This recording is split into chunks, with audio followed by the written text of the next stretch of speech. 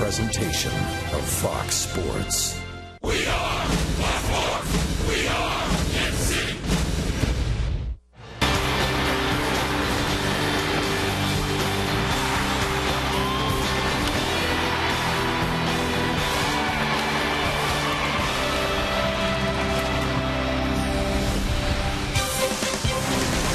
Baseball comes to you from Surprise, Arizona, where we have had sunshine and big crowds one day after another. And now the Royals have only 3 more games to play in the desert, including tonight against the Chicago White Sox. And today, Alex Gordon has been signing more than souvenirs. Earlier today, the Royals announced that they have agreed to a 4-year contract, maybe even 5 years, with Alex Gordon. Hi, everyone. Welcome back to Royals Baseball on Fox Sports Kansas City. I'm Ryan Lefevre, along with Steve Fiziak and Rex Hudler. The 25-man roster is set. Opening day is a week from today with very few new faces on the field, but we have new faces in the broadcast booth. And it is my pleasure, first of all, to welcome a gentleman home, Steve Fiziak from Shawnee Mission North in Kansas State, a long broadcasting career.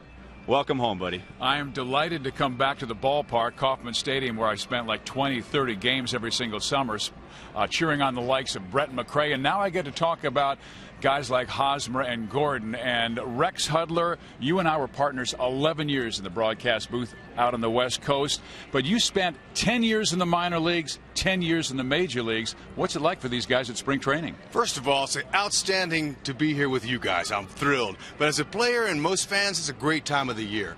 But if they come, they want to get in field shape. They want to get in condition on the field. They got to get used to their new teammates who come. But mainly for this young Royals team, Fizz, they want to show the world that they're ready to play. They're ready to break out. And they want to show themselves. They need the confidence to do it. It's time to go. Well, guys, welcome. And your timing is good because this is one of the most anticipated seasons in the last 20 years for the Royals. A lot of anticipation before spring training began, and now one player after another signing long-term contracts. We knew this one was coming, but now it's official. Alex Gordon will be a Royal for at least 4 more years. 4 years plus 1 player option, and he said it's a 5-year deal because I want to play for Kansas City. And Rex, who wouldn't want a guy who hit .303 last year, scored 101 runs, and had 71 extra base hits? Let's talk about his 20 outfield assists he had, man. That's outstanding. But you know what that tells his teammates? We got a bunch of guys that are getting signed and locked up here long term. Makes them feel really good about their future. Opening day is right around the corner, 1 week from today in Anaheim. I have a radio assignment tonight, so I'm going to turn things over to these guys. You will enjoy Steve Fiziak and Rex Hudler. The first pitch from Surprise is coming up next.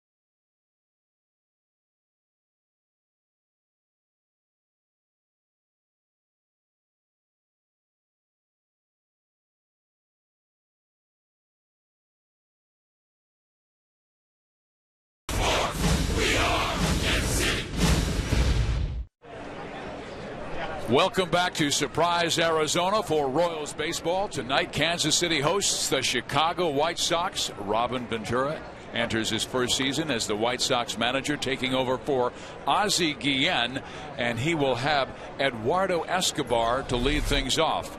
He will play second base. AT KCA, the veteran, will bat second. Then Rios, Canerco, and Dunn. Ramirez, Pucadome, Vicedo, and Morel. Brent Morel will play third base and bat ninth. Sean O'Sullivan will be on the mound for the Kansas City Royals, and his pitch to Escobar is strike one. And that's exactly what Sean needs to do. He's now a veteran out of San Diego, California, and he was the Angels' third-round pick in 2005, trying to win a spot, but likely will be sent down and probably will have to clear waivers to be assigned to Omaha. But O'Sullivan, he's going to work a little bit of a sinking fastball, four-seam, two-seamer. There's his breaking ball. He's got a little change-up as well, Fizz. But you know what? Even though these players all know what their futures are with the Royals as far as this spring goes, O'Sullivan's looking for an audition right here. He wants to go out and impress all the scouts that are here, Fizz. This kid's not done. He's only 24. Come on. He's pitched in 10 innings in 5 games this spring and given up 15 hits and 6 runs. And as we told you, out of options, which means he is likely to be sent through waivers, which would allow another club to claim his contract, or he could clear and be sent down to Omaha, where he could get in that starting rotation, prove his wares, and be called back up later in the season. Yeah, you know, he's a kind of guy that can add a lot. He can be a long man in the pen, do some starting. If he does that, keeps the ball on the ground, it's going to help him get outs. Ground ball to Chris Getz, and there's one down to start the ball game. Our starting pitcher is sponsored by Kia. It is Sean O'Sullivan. Last year at Omaha went 8-2 with a 4.22 earned run average and a 5.40 ERA this spring training.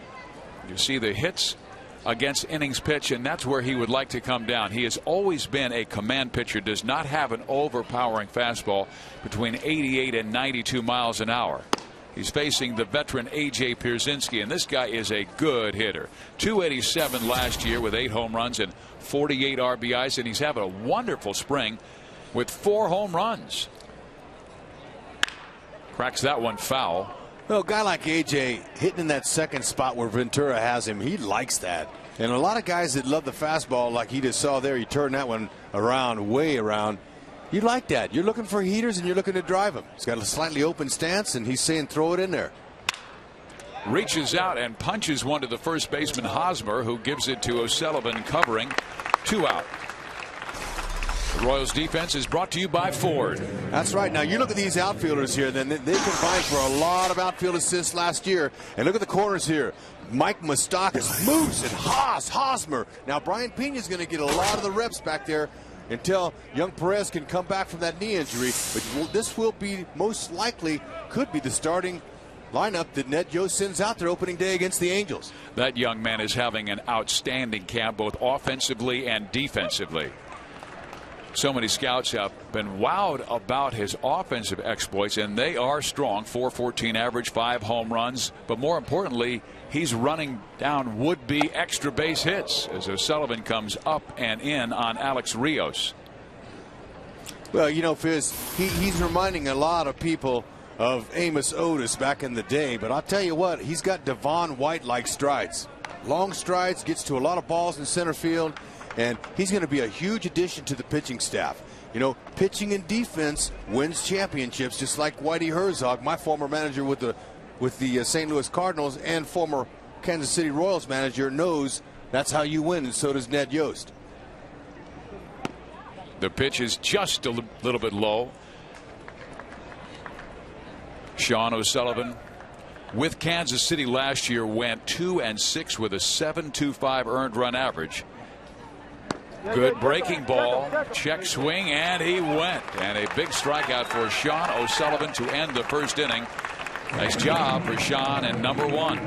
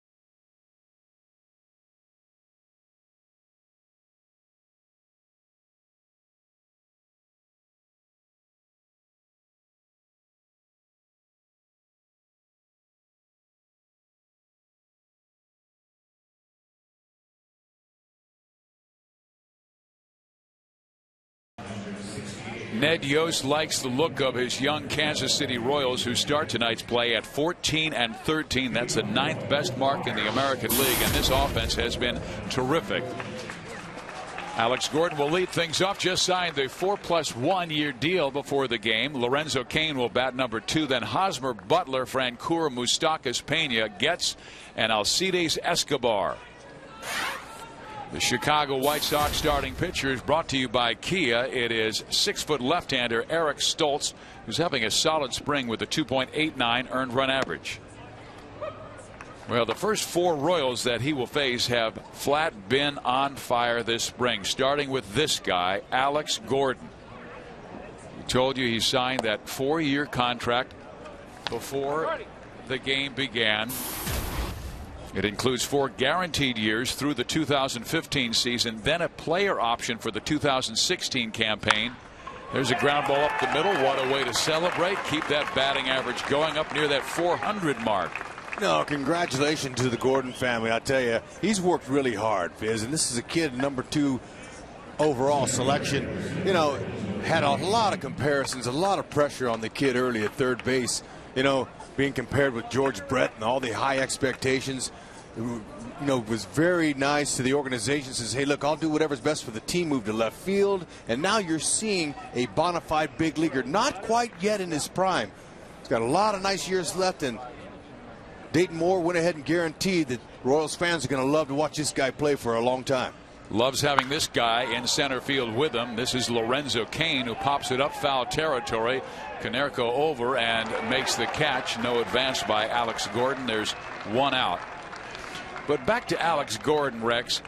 He said, I look at this as a 5-year deal because this is where I want to be. And then he immediately turned to Dayton Moore, who was at his left at the press conference, and said, Dayton Moore is the reason I'm going to be here because he has built this foundation, signing Perez, signing Escobar. He was very determined to sign me as well, and he believes that good things are happening in Kansas City. Well, they are. There's no question. All you got to do is just pick up a newspaper, look at the stats in the spring. Of course, they're only spring training stats, but this guy right here, he's projected to be one of the next great hitters in the game, not just on the team or in the league. What a spring. He has a 10-game hit streak to up that average to 418, hitting .529 the last 10 games, and he slices this one foul. Tell you, all 4 top guys in the Royals lineup have all had excellent springs, and I believe, Fizz, they're feeding off each other. That's what happens. Good things are contagious in baseball as well as the bad, but the good in this offensive lineup is showing right away. With Gordon at the top, Lorenzo Cain batting second, turning that fastball around, and Haas getting third. There it is. Hosmer to left center field and deep, and that ball will hit off the top of the wall. Coming around is Gordon. He is being held at third base, and Hosmer has himself a double. Oh, it has been that kind of streak that this young man has been on. And then he has a smile on his face. Says, well, things are going well. They're going well. Well, he just has great eyes and hands. His eyes are telling his hands what to do, but I love how he stays inside of the ball. So does Kevin Seitzer. Watch a side view. Nice little flamingo leg kick. Perfect balance. Nice little stiff leg. Nice oppage off the wall. A little bit higher, and that would have been another homer for him. He has 5 this spring to go with his major league leading 26 RBIs. Now the batter is Billy Butler.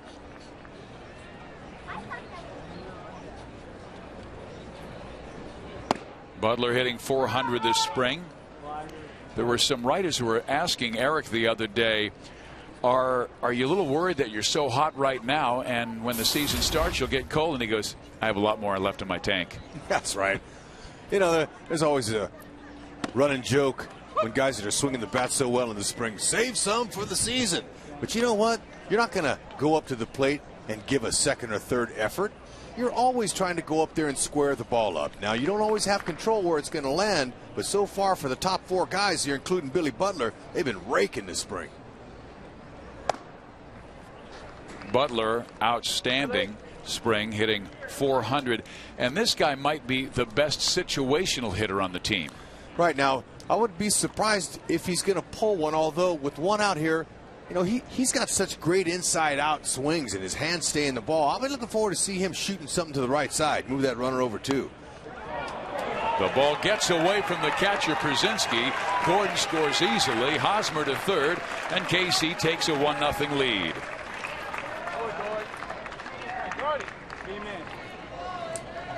Right there, looks like Przinsky just couldn't quite get a glove on it. Here are the four you were talking about, and look at those averages. You were talking about guys feeding off each other. As a group, they're hitting over 400. Yeah, and you know, they're not going to stop anytime soon either. Now, sure, once the bell rings, it's you know, these pitchers are going to be pitching for real, but these guys have shown a lot of confidence this spring, and that's really a hitter's best friend.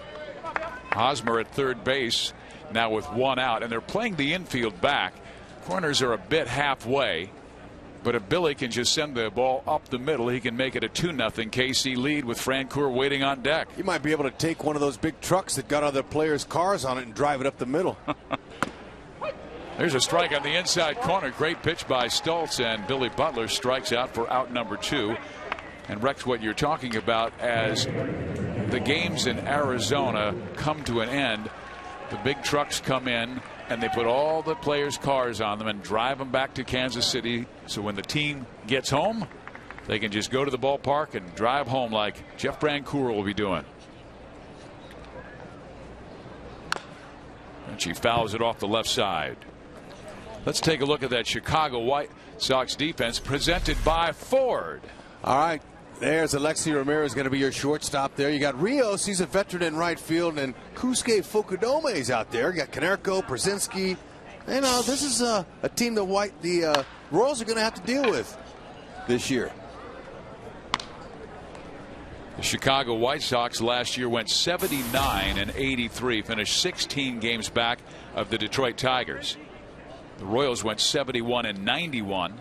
And there are many around baseball picking KC to leapfrog Chicago. And I say that because Kenny Williams, the general manager of the White Sox, even admitted we are in the rebuilding stage because guys like Mark Burley, Sergio Santos were traded in the offseason. Carlos Quentin, an outstanding outfielder, gone. The pitch.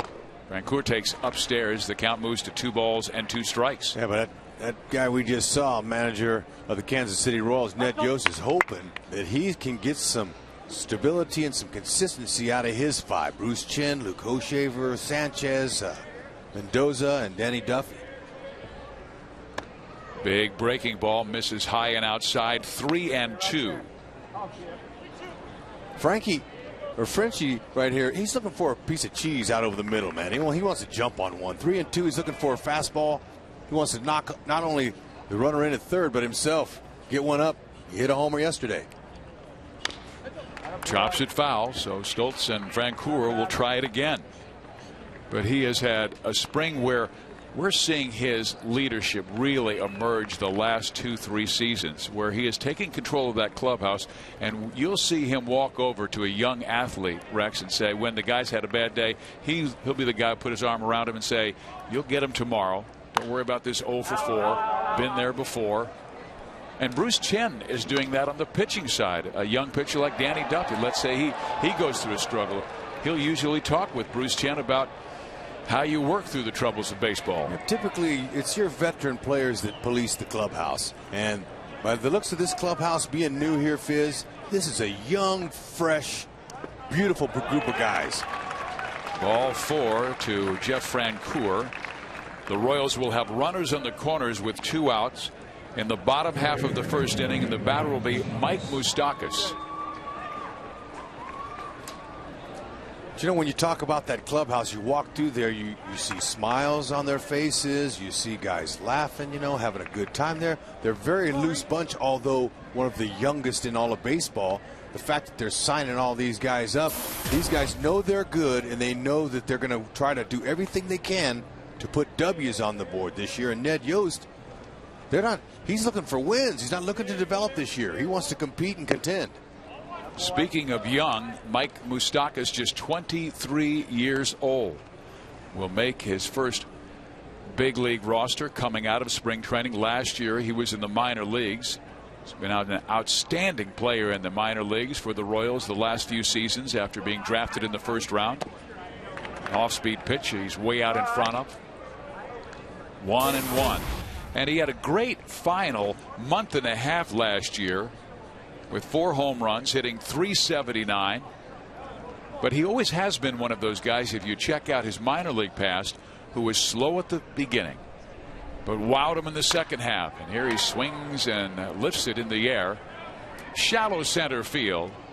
On comes Fukudome to make the catch for the final out of the first. Royals do score a run on the wild pitch. And we will see Eric Hosmer in the field with Mike Moustakas when we come back.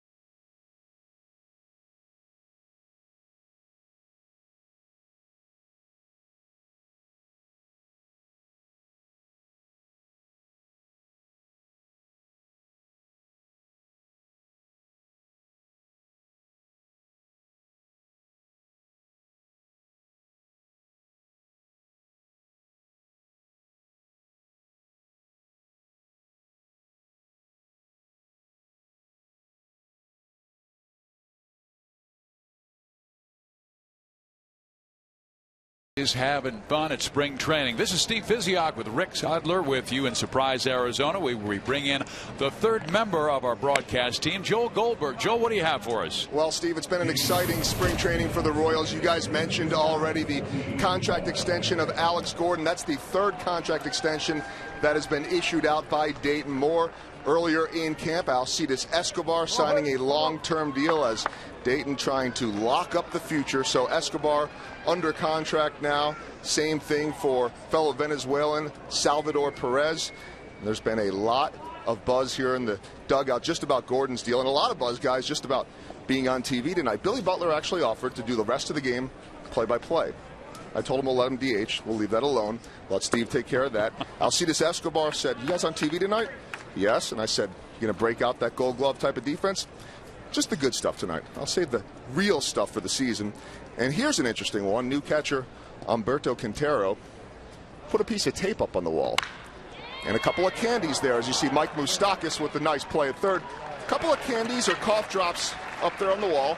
And he wrote on there, 1 for Paulino, fellow Venezuelan, 1 for Jose Mijares.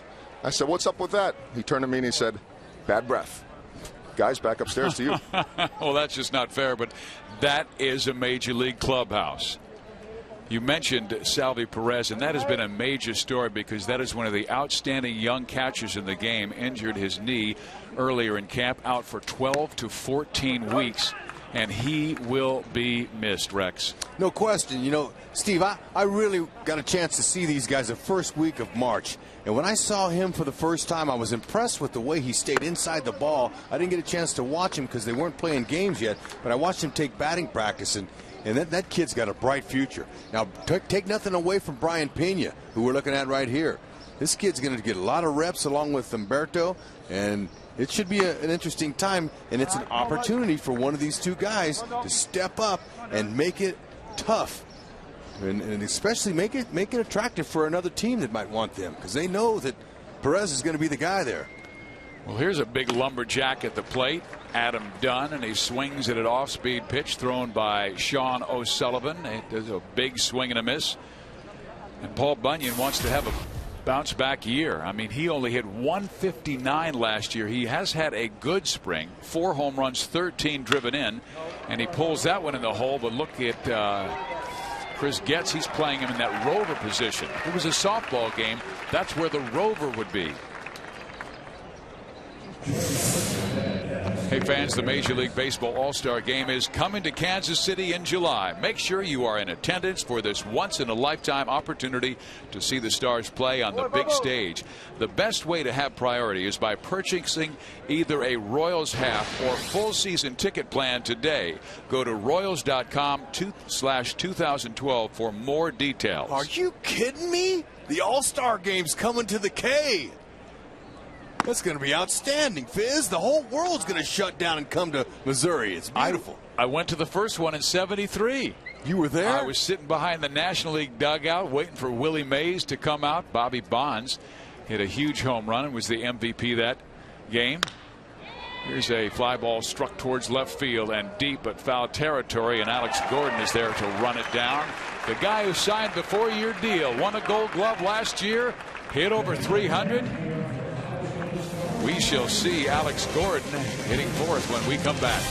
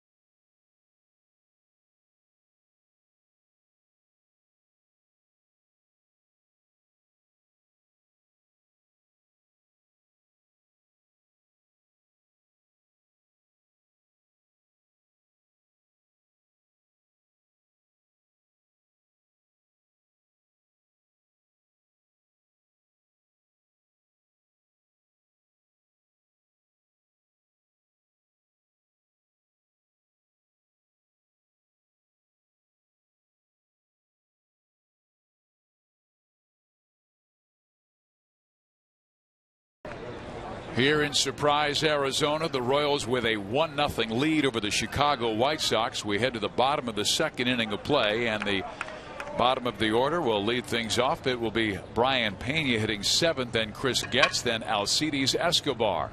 Eric Stoltz's delivery is a fastball right down the middle, strike 1. Pena having a solid camp, hitting .359. He knows it is his job to share with Humberto Quintero, and he chops one foul. And, you know, getting to know all these guys has been a lot of fun for me. People energize me. It's really fun to meet people. They all have a story, and this kid's story is extremely interesting. When he defected from Cuba, but he's got a bright personality, big smile, and he's a happy guy. Not right now. Great off-speed pitch thrown by Eric Stoltz. He really broke that one and strikes him out. Well, Brian and the Royals will be heading to San Diego after Arizona. There is a game on Fox Sports Kansas City next Tuesday. And then, of course, we open the season in Los Angeles. Bruce Chen on the 6th will go against likely Jared Weaver. And the Angels, everybody's picked to win the American League West, finish out at Oakland. But then guess who's coming to town? Cleveland and Detroit. The Tigers, of course, the people's pick to win the American League Central, the division the Royals are in. Here is Chris Getz. He chops one up the middle, and it's a tough play for the second baseman Escobar, and he makes it barely with Getz flying down that line. Ooh, I don't know. I agree with Chris. I think he got by the bag a half a step, but you know what? It's spring training for the umpires as well, but this is a really nice play. anytime you got to go that way, he traveled a little, took too many steps, but I think he might have got him. That's a pretty good play. Well, look, good pick by Canerco. I don't know. I think by a gnat's eye, he was safe. It's one thing you always see from Getz: hustle every single moment on the field. Escobar, the batter. Alcides, we told you, signed the long-term deal through 2017.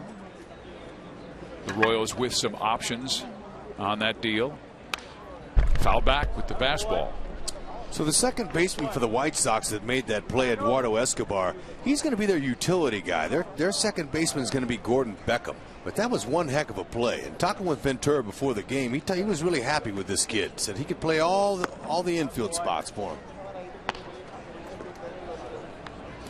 But really, the guy I'm impressed with is the kid who's at the plate right now, Escobar. Man, he's taller than I thought he was. I was just going to say that when I shook his hand. I said, Alcides, when I saw you on TV, I thought you were 5'10". You're like 6'1½". You know, and I said, man, you know, can you make it the whole season? And he said, I played 150-something games last year. This year I'm gonna play them all, 162.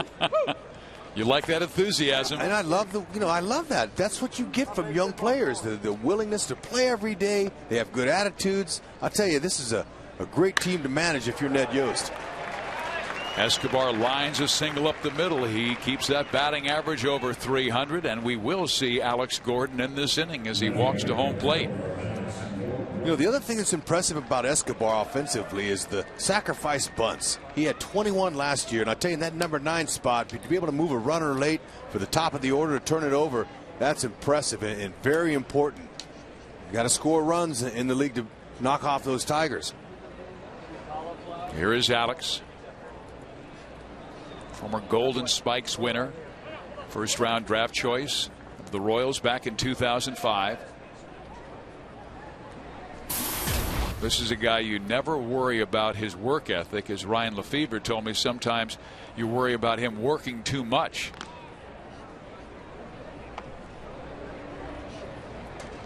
Escobar always a threat to go. Doug Sisson, the Royals' first base coach, has been working with the guys on base running, as Ned Yost would like this team to be the best base running team in the major leagues. And there is Doug, who's the first base coach, talking to Escobar. He believes that Escobar can be a 30-plus stolen base guy. Got to have a coach that has a passion for base running, and Sisson definitely does. Had some long chats with him about that, and he likes to put pressure on defenses, and that's exactly what that does. We have seen that a number of times this spring, Rex, where the Royal base running has forced mistakes by outfielders missing cutoff man, or the throw going wild and allowing a runner to go from first to second base. Gordon checks his swing on one that wanders outside. Count moves to 2 balls and 1 strike. Oh, you know, sometimes it affects the pitcher. He might be a little bit too concerned about the base runner. He throws over. He goes, you know what? There's 2 outs. I don't want him to get into scoring position. And so he takes the concentration off the hitter for 1 second and leaves a cookie out over the middle. Good changeup. 2 balls, 2 strikes. We saw that the other day in Milwaukee, where a fast base runner was at first base, and Eric Hosmer got one to his liking, Rex, on a hitter's count, and I mean launched it. One of the longest home runs we've seen this spring, over the wall at Milwaukee Ballpark, over the grass berm, and over the sidewalk. It was at least 450 feet. Well, I could like to put a tape on the one he hit off the center field wall yesterday, off the eye in the sky back there. That batter's eye went way up on the top of that thing in Tempe. Gordon had 23 home runs last year with Kansas City. And he swings and sends this one to left field and rather deep, back at the wall, and Gordon has done it tonight. What a way to celebrate signing a 4-year deal, a single, and now a 2-run home run to the opposite field. 4th home run of the spring for Gordon. Man, he having some kind of spring. But I'll tell you that, he's got to feel so good inside coming into this game. And now to go up there relaxed, look like the big league hitter he is. Nice little leg lift. He lifts it up, just sets it down, doesn't get too far off balance, goes oppage. Nice stroke. 3-0 Kansas City. Here's Lorenzo Cain, who takes upstairs the fastball. Alex Gordon, you see him work so hard. And this past offseason, staying in Kansas City, he went to Mackin-Seitz Baseball Academy. They've got a great facility that Kevin Seitzer has in Kansas City, and he worked individually with Kevin. And you mentioned earlier that Kevin Seitzer was a great opposite field hitter. He used the entire field, and he teaches that style as well. Popped up on the infield. Ramirez will take care of it. We will talk with the skipper, Ned Yost, when we come back.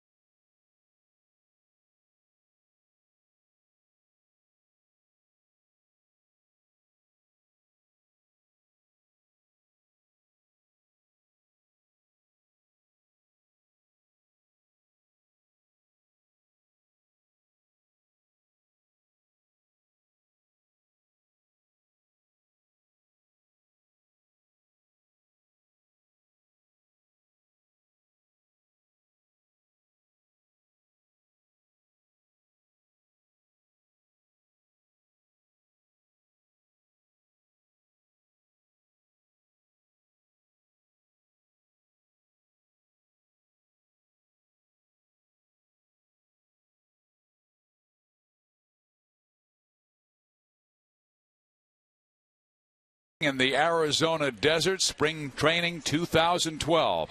Kansas City with a 3-0 lead over the Chicago White Sox. And joining us now, Ned Yost, the skipper of the Royals. And Ned, congratulations on your organization signing a terrific outfielder in Alex Gordon. I love your quote today when you said, "I've never met a player that is more focused and determined to be great as Alex is." Can you talk about the signing? Well, we are all excited. Everybody in the organization, the clubhouse, was tremendously excited after they got the news. And Alex is the core of what we're trying to do. He's a kid that's got tremendous talent and ability. It was evident last year where in his first year he came back as a left fielder and won the Gold Glove, and really had a great year offensively, and finally got himself on track. And you know, it was just it just shows you what kind of player that he is. So we were all excited about that. Ned, you're a lifetime baseball guy, and you've been with some really good organizations in Atlanta and Milwaukee, and there were some veterans on that team. Have you ever been around such a young, energetic, talented group like this ever? No. You know, this is the best group of young guys that I've ever been around, and I mean total package guys that understand how to play the game. They all have approaches at the plate. They all understand the philosophy behind pitching.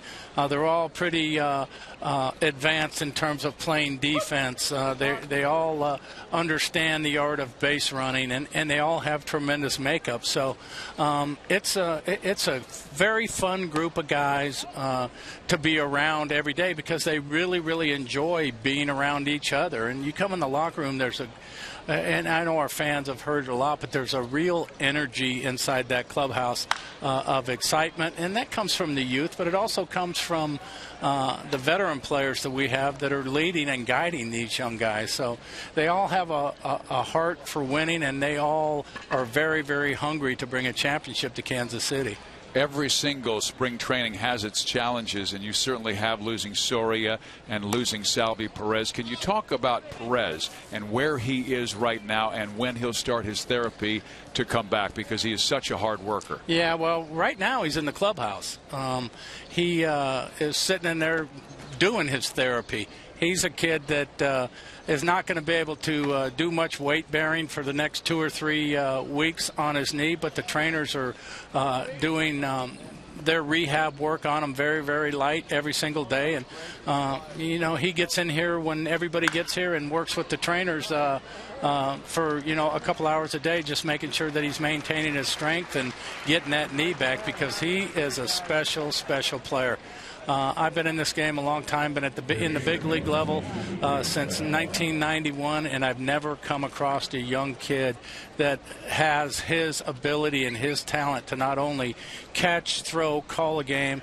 He has leadership qualities behind the plate and can swing the bat. So that was a big loss for us. But we like Brian Pena. We like Quintero that we got in the trade from Houston. So we think that we're well covered. And that's the one thing that Dayton and his staff has done so well, is that they have provided us with depth so that we can sustain these types of injuries to these key players. We can plug another player in that's going to be productive in that spot, so we don't miss out on anything. Ned, quickly, with 2 outs, with Soria out, are you concerned with the back end of your bullpen at all? I'm not concerned about a thing with my bullpen right now. I love my bullpen. We've got Jonathan Broxton, who is a 2-time All-Star closer. We have Greg Holland, who can do the job, and Aaron Crow. So I love my bullpen. Ned, thank you very much for joining us, and good luck the rest of the way. Stay healthy. Thank you, guys. All right, that is Ned Yost, the Royal skipper. We'll be right back.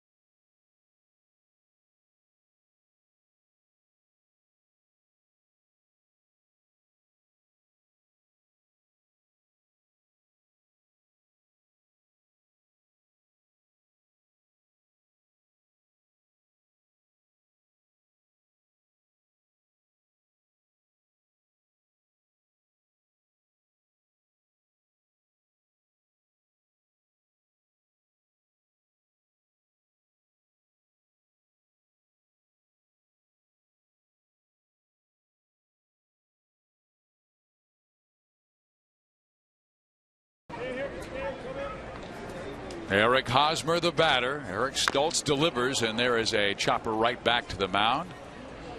Eric is the first out of the third inning, the bottom half of the third. Let's go to Joe Goldberg. Well, you might have noticed that Mitch Meyer made that catch in left field. That means that already the night is done for Alex Gordon. Nothing is wrong, first we'll say. maybe the first and last time you get taken out after a home run unless there's a walk-off. Quick night, 2 for 2. More importantly, Alex, congratulations. How exciting was today for you? Yeah, very exciting. This is where I want to be, and Dayton and the Glass family made that happen today, and couldn't be more excited to be around this organization, around my teammates and the coaches. You know, you surround yourself with great people, and good things are going to happen. That's what's happened here. You know, so many people say they want to stay, but it's business, it's negotiations, and you never know what's going to happen. I sensed all along that you weren't going anywhere. Local guy for the most part. How confident were you all along that you were going to stay here? Yeah, it obviously took longer than we wanted it to. I think both sides wanted to get it done right away, but never been through it, and I guess that's how it works sometimes. And I think the whole goal for both sides was to get it done before the year started. So I think we're both happy that it's done and we can move on and look to the future. And I think the future looks good for the Royals. All right, so you did mention today, there's maybe that deadline of when the season starts, but you said I probably would have signed something once things got going too, right? Well, yeah, this is where I wanted to be. My family's loves it in Kansas City. I'm comfortable there. And like I said, great teammates, great coaches, best GM in baseball. So, just something that had all the positives around it. So it's where I wanted to be. I think all the people in the organization knew I wanted to stay here. So I think it was just a matter of time. 2 final things. First of all, the signing of Escobar, the signing of Perez. How much did that help too, seeing them start to lock these guys up? Yeah, I mean we have a great thing going on here, and to see the Glass family notice that, and they noticed it last year. They were talking to us and said, we're going to keep these guys together. So I think that was just the beginning with Perez and Escobar, and we have great players here, great young players that get along and have fun, and hopefully there can be more guys to follow us, because this is a great team we have right here. All right, finally, what's the deal? You sign a new contract, you get 2 hits, and you get to go home? How does that work? I don't know. I guess Frenchie had some pull around here and told him to take me out. So, I'm just going to enjoy the game, watch it from the sides and cheer my team on. And it's just a great day, so I'm excited. Congratulations. I know Royals fans really looking forward to seeing you with Kansas City for the next 4 to 5 years. Thanks, Alex. Yeah, hopefully. Thank you. All right, that is Alex Gordon as he has signed the new contract. Let's go back upstairs to Steve and Rex. Thank you very much, Joel. And we just witnessed a 5-4-3 double play to end the 3rd inning. Royals still lead it 3-0 because of Gordon's home run.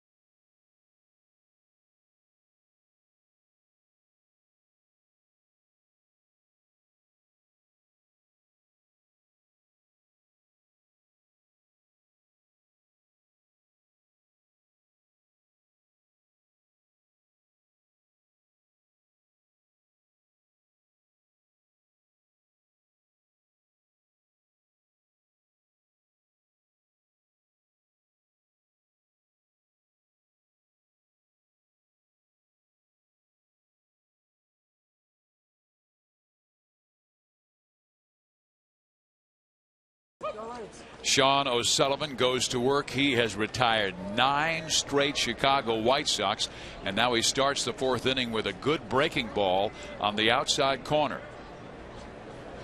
Comes back with a fastball hit on the ground to Eric Hosmer, and he'll return to the bag, and 10 up, 10 down. Kansas City Royals spring training coverage is brought to you by Ford. We come to you from Surprise, Arizona, where Sean O'Sullivan, a 6'2", 235-pounder from San Diego, California. Rex and I had the honor of broadcasting his major league debut, and what a performance it was, Hud, as he beat the San Francisco Giants 8-1, allowing 1 run in 7 innings. And you remember the start before that in the minor leagues? He pitched a no-hitter. Right, and so far in this one, he's doing pretty well, and I'm happy to see that for him, because right now, this outing here, he's pitching for his life, his livelihood in the game. Nice to see him keeping the ball down, and his teammates getting him a 3-run leads helped him, but he knows he's auditioning for another team, hoping somebody will claim him.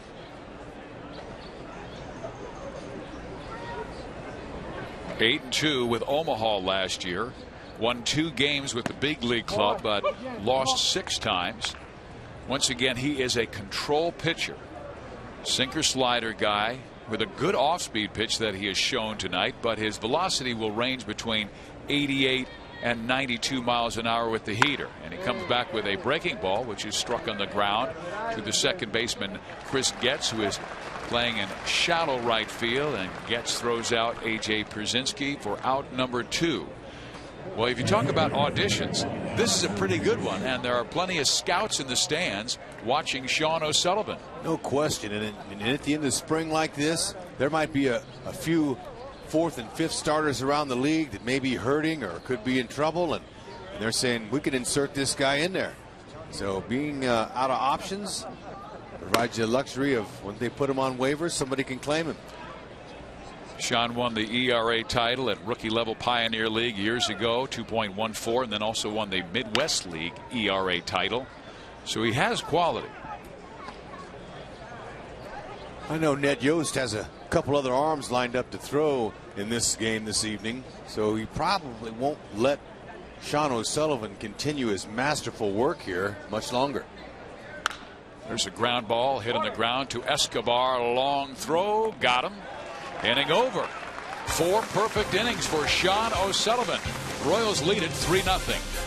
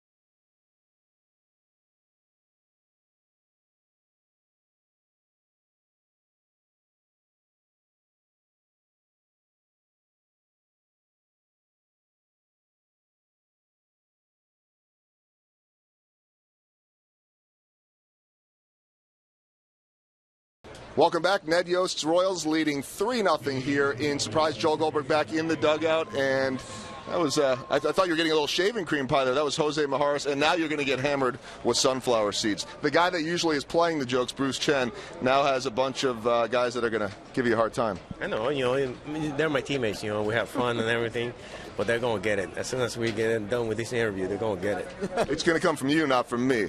I don't know what they're all talking about, but they have been having a good time over there in Spanish, so you might be able to translate for us what's going on. Or maybe we don't want to know. I'm not sure. How about for you, finding out the other day that you're going to be the opening day starter? What does it mean to you? Well, it means a lot to me. I worked very hard in the off-season. I prepared myself really well. And, this organization has done a lot of stuff for me. So I want to make sure that, I return the favor. They gave me a really good, opportunity when nobody else wanted. And that's all I wanted to do. I want to pitch well for this organization because of all the things they have done for me and my family. Your start the other day was interesting because you were absolutely dominant through 6 innings, and you told us afterwards that you really were throwing the fastball for the first time, put it all together, and everything worked after some rough starts. Well, definitely. In spring training, you're trying to work on your pitches. I felt like I had to work on my changeup, my cutter, my curveball, and the last outing, I actually started letting go of my fastball, make sure that I kept the ball down. And my teammates, they play very good defense behind me, and I'm just trying to keep getting ready so I can be ready for the season. I'll protect you if that ball's coming over here. We heard a little bit of this. You're not going to rely on me, are you? Well, I don't know. I haven't seen you play or anything, but I'm pretty sure that you're not worried about me. You're going to protect yourself first. I'm going to protect myself first, and that might not even happen yet. You don't want to rely.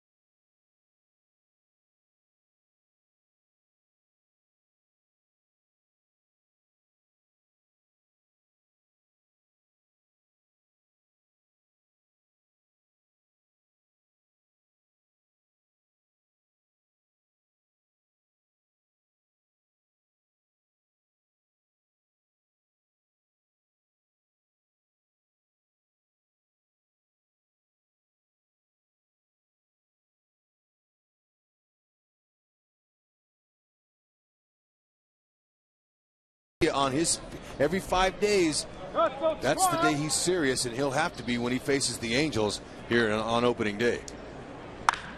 Ground ball up the middle, picked off by Ramirez. Gets his out. So are the Royals, but they still lead 3-0. Dave Island, pitching coach for KC, will be talking with him when we come back.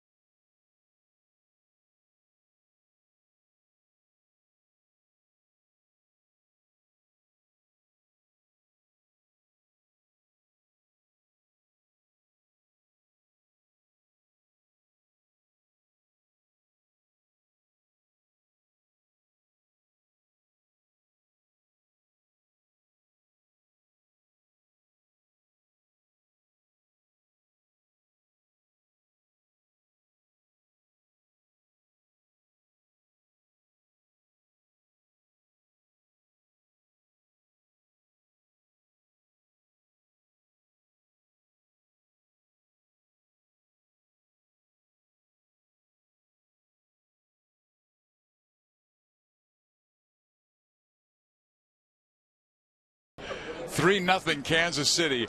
Look at Humberto Quintero.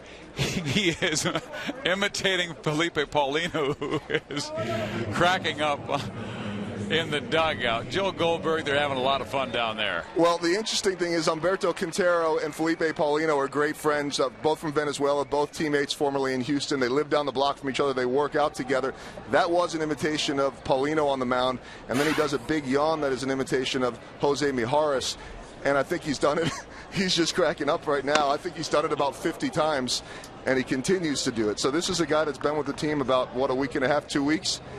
and he is having some fun down here. And, you know, it's spring training, Joel, and this is our first televised game back home to Kansas City. And, you know, they're not used to having a camera in there and a microphone in there and one of their guys coming on. So that's added a little excitement for these guys tonight.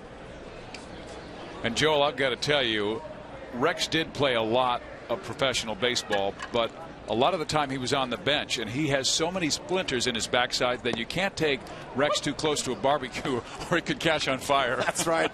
I call it on the pine for 9, and I did a lot about what Humberto's doing right now. Having fun, messing with his guys, keeping them loose. That's beautiful. And he'll be that he just announced was a Paulino fastball. There's a line drive to left field, but right at Mitch Meyer, who backs up to make the catch for the first out. He's putting on a show in there.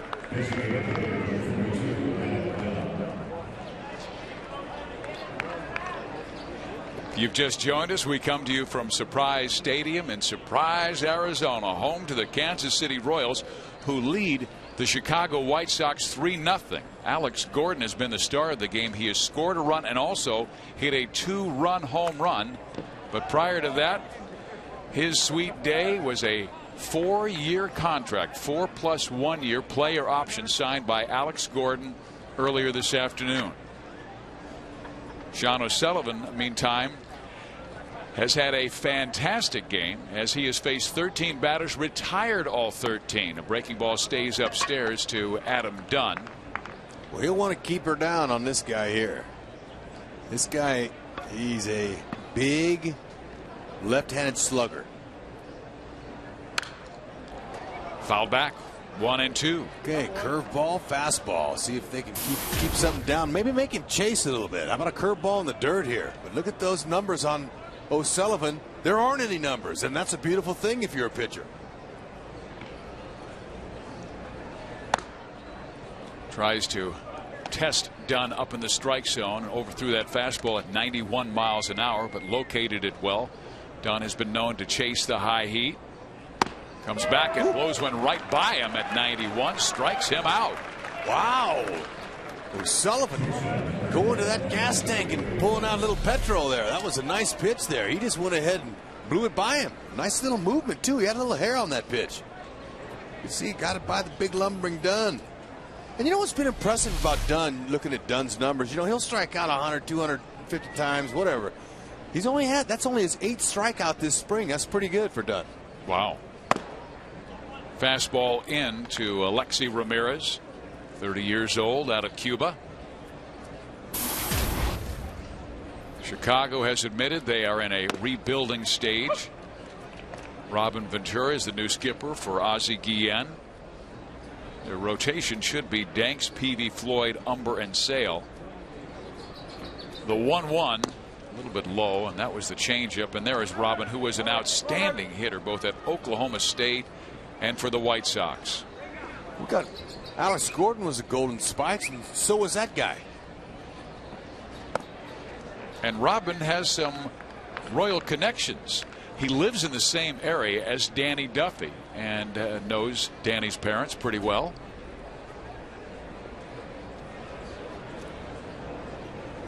He really believes that Danny has a great future as a part of the Royals rotation, and Danny likely will be the 5th starter this year.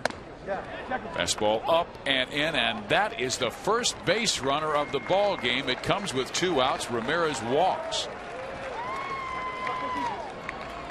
So 4 2/3 innings of perfect baseball by Sean O'Sullivan. This little knee turn is what they call that. You see some hitters that have a leg kick where they lift it up.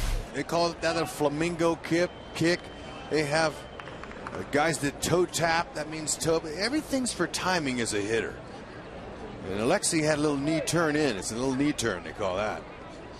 But everyone's different. Everyone has their own unique style of getting ready. But by the time that ball's on the way, everybody's hands are in the same hitting position. Now, Fukudome, he's a Japanese player, and most every Japanese player has a flamingo kick, and some of them are higher leg kicks than others. Looks like Fukudome is not really that large. Rex, you played in Japan. Why do so many Japanese hitters have that flamingo style kick? Because they all are taught the same way, and they all do it the same way. Is it because of Sadaharu Oh, who is the greatest hitter of all time? Originally, he started it, and they're taught in their culture. There are no individuals. Everyone's the same. Ground ball, second base, knocks it down, picks it up, has plenty of time to throw out Fukudome. We are through 4.5, and Chris Getz heading to that dugout.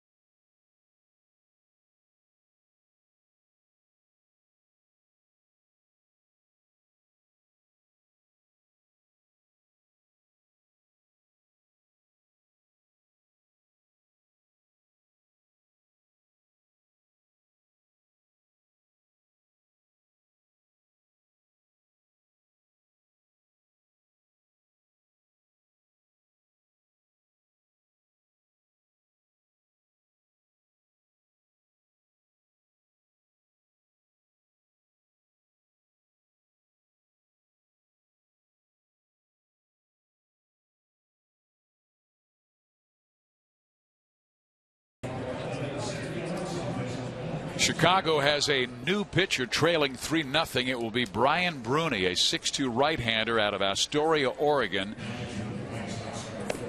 His record 2-1 with a sharp 0.73 earned run average. And we're now joined by the new Kansas City pitching coach, Dave Eiland.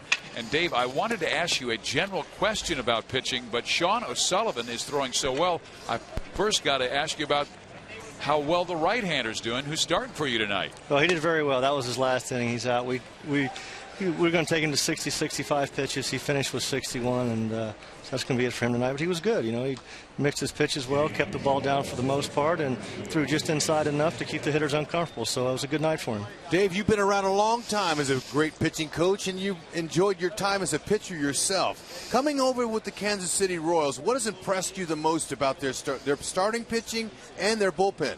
It's just the quality of arms, you know, as a whole. You know, a lot of good power arms, and there's a good mix of guys that are you know, command guys as well. But it's a really good mix. It's the most talented group I've ever been around in all the places that I've been. So it's a very exciting time for me to be here, and a very exciting time for this organization. Now, Bruce Chinn, he's been a little bit of a project for you this spring, and he's getting the opening day nod. What are some of the things that you've been working on with Bruce? Well, Bruce was just kind of feeling his way around. He's a veteran guy that's been around for quite some time. He knows what he needs to do, but he kind of had it on cruise control for a little bit too long there. So this last start, we amped him up a little bit, wanted him to get out in front, let the ball go a little bit, use his four-seam fastball a little bit more on the inside part of the plate, and elevate a little bit. It was just going to open up the outside part of the plate for his off-speed pitches, which is his strength. Dave, last year, the Kansas City Royals led the American League in most walks, and that went down, particularly the guys who will make the big club. What are some of the things that your teaching style has helped?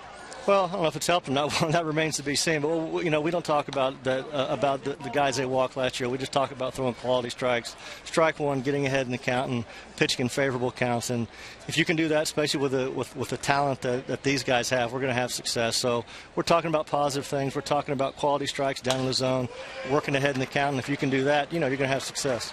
And what is your pitching philosophy, Dave? My pitching philosophy? Well, I mean, it's simple. It's just pitching 101. It's getting strike one, working ahead in the count, and never letting the hitter get comfortable. Hud, you played for a long time with guys, buzzing you inside part of the plate. You're not going to be too comfortable diving out over there. So we talk about that a lot. We talk about repeating our delivery. If you can repeat your delivery, you're going to command the baseball, and if you can command the baseball, you're going to win. What you're talking about, getting strike one, controlling the count, sounds like Luis Mendoza this spring. Can you talk about his evolution, what you hope to see from that right-hander? Well, just hope to see, continuing the season, what he's done here. I mean, he does everything you want a starting pitcher to do. He gets ahead in the count, commands his fastball to both sides of the plate with movement, with good sink, throws his secondary pitches over for strikes behind in the count, gets a lot of ground balls, works fast, controls the running game, and fields his position. I don't know if there's anything else that you would want out of a pitcher, and that's what Mindy's been doing, and we expect him to take it right into the season. Super Dave, how about the back end of the bullpen? What can the fans expect out of Broxton and Holland? You expect some power. You can expect swing and miss stuff. I wouldn't trade the back end of our bullpen for any bullpen in baseball. I sincerely mean that. We like our mix down there. Brox is going to bring some veteran stability down there. Unfortunately, we lost Soria, which is a big blow. But we're not going to worry about what we don't have. We're going to concern ourselves with what we do have, and we're very comfortable with what we have down there. Dave, I was talking to an opposing scout at a spring training game just earlier this week, and he said Greg Holland, he believed, has closer stuff. He has closer makeup. He just doesn't have closing experience. Your thoughts on Greg? Well, yeah, he does have closer stuff, and there's only one way to get experience, and that's to throw the guy out there in those situations. But we haven't decided on that, but I'm sure he's going to get some opportunities to close out games. But, we really haven't decided that. It might be a thing where we mix and match, where he's available one night and Brox is available another night, and you can kind of throw Aaron Crow in that mix, too. But we really haven't settled on one, but we have options down there, and we're comfortable with Brox and Holly and even Crow if need be. Dave, more on that bullpen. The one surprise that I thought was Kelvin Herrera making the club. I just thought he's a very young pitcher. I knew you'd want to give him responsible situations. Can you tell me the role that he will fit, because he has a marvelous future? Well, he's going to be a guy, that's going to be, middle to the latter part innings, 6th, 7th innings. But he's a guy that has, some power stuff. He has a power changeup where he can get a lot of swing and misses, and that neutralizes left-handers. He's been throwing the ball very well for us, too. His command is coming around is what we wanted to see, and we're excited about him, too. He's got as much power as anybody we have down there. So, again, another young, talented power arm. And there is Kelvin Herrera warming up in that Royals bullpen. We likely will see him a little later in the ball game. Hey, Super Dave, what do you take these young guys in the video room? Do you break down video of them? And if you do, what do you show them? The good pitches, the way they want to do it, or do you show them the not so good? Well, we show them both. We show them, the deliveries and when they're executing pitches, and then we also show them their deliveries when they're not executing pitches, and we just show them that when they're not executing, so they get the visual of what the good ones look like and what the not so good ones look like. So then they go out and they feel it, and once they can start feeling themselves getting a little off, and they can make in-game adjustments and adjust by themselves, without me having to run out there and tell them, that's when we have it. But yeah, we watch video on a daily basis. We really watch a lot of it early in camp, and then that's going to be an ongoing thing. I don't think you can teach and coach in this game without video, and it plays a big part in what we do. Right now, the Royals with a 3-0 lead. They have 2 on with nobody out, and Lorenzo Cain is coming to the plate. And Dave, maybe you can give us a little illustration of a good batter, because I know some pitchers who have really helped out batters. Lorenzo Cain, from your style, from a pitcher's point of view, could you give us a scouting report on Lorenzo? Well, I'll tell you what, this guy swings the bat a lot better than I thought he was going to. Coming out here, last month, he's shown some great power. But he covers both sides of the plate, and I haven't seen him miss many mistakes this spring. So he's having a heck of a spring, and I look forward to watching him this year when we get started for real. Dave, what do you think about Luke Hoshaver this spring? Well, I think Luke is wow, there's one right there. That is hit pretty well, left center field, and it will be off the wall. In comes one. They will hold Meyer at third base. KC takes a 4-0 lead on a booming double by Lorenzo Cain.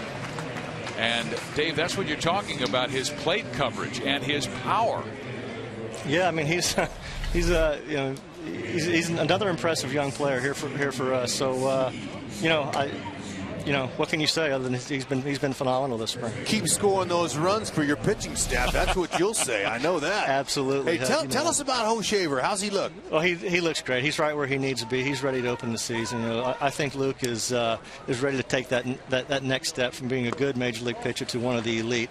And early on in camp, I challenged him to do that. So he's ready to go. He's he's a 200-plus inning guy, we feel. He's got 4 pitches. He's driving the ball downhill. One of the main priorities was him to get his changeup going this spring, and he has. Not only has he worked on it, but he's used it effectively, and he's got all those other pitches going, too, so he's right where he needs to be. There is Hosmer with a line drive base hit to left field. 2 will score, and the Royals push their lead to 6-0 over Chicago. Just 2 more ribbies.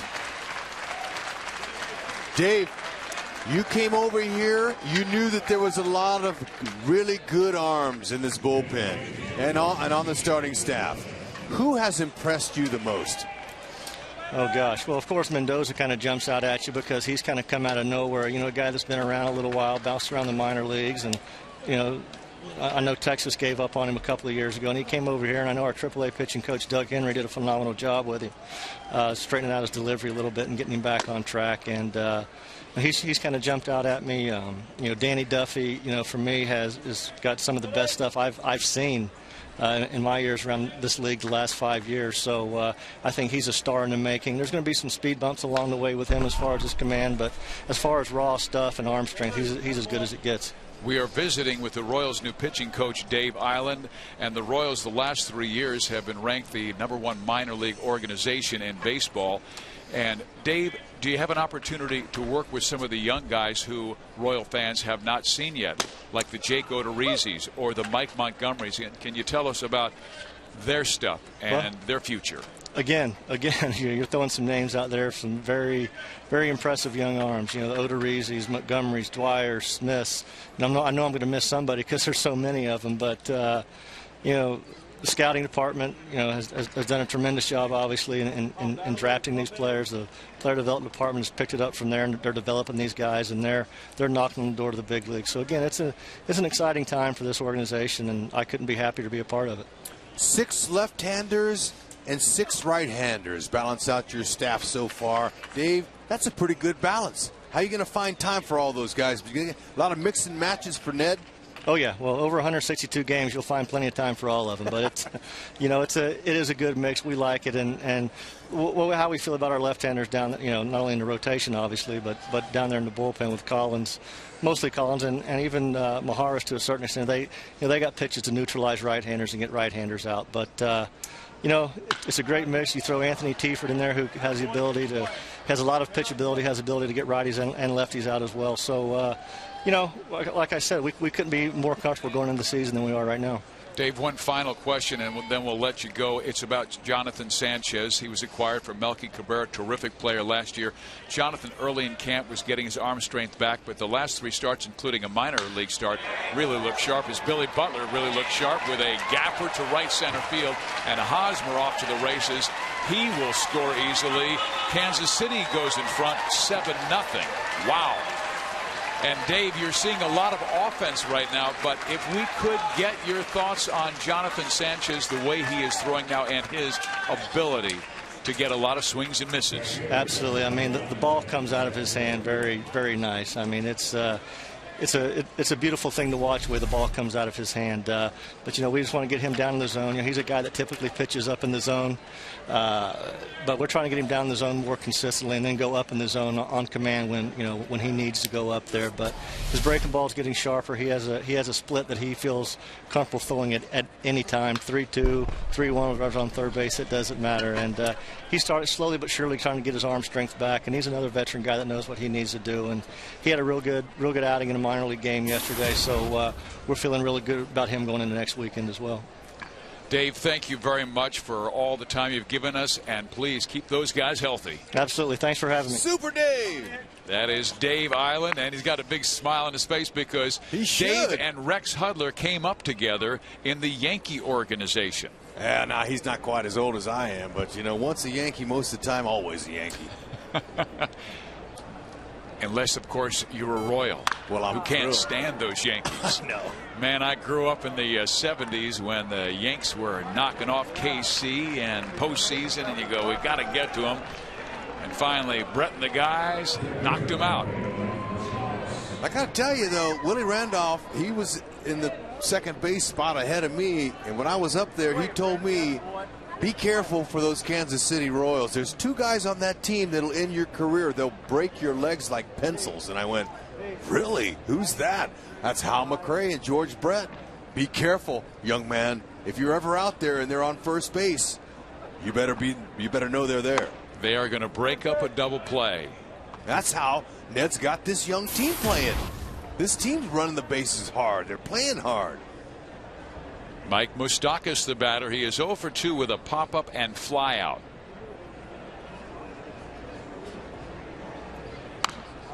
Fouled off. You know, Fizz, that's the only way you play the game.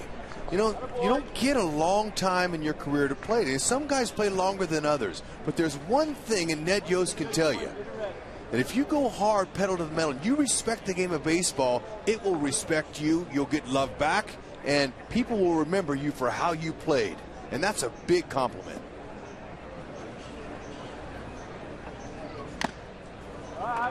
Bernie throws that fastball by Moustakas. You know, in talking about Ned Yost, he addressed all of his 200 minor league players out there a couple weeks ago. I say about a week ago. He addressed them. He let them know where he came from, the baseball experience that he had as a high school kid, junior high school. He went all the way on up the line at junior college. It was very impressive. He spent 20 minutes sharing his life with those minor leaguers, and I was listening, and it was interesting. Moustakas pops up. Butler remains at second base, and we've got to tell our Royal fans, check out the 13-game pack. It's your best chance to save big over box office pricing.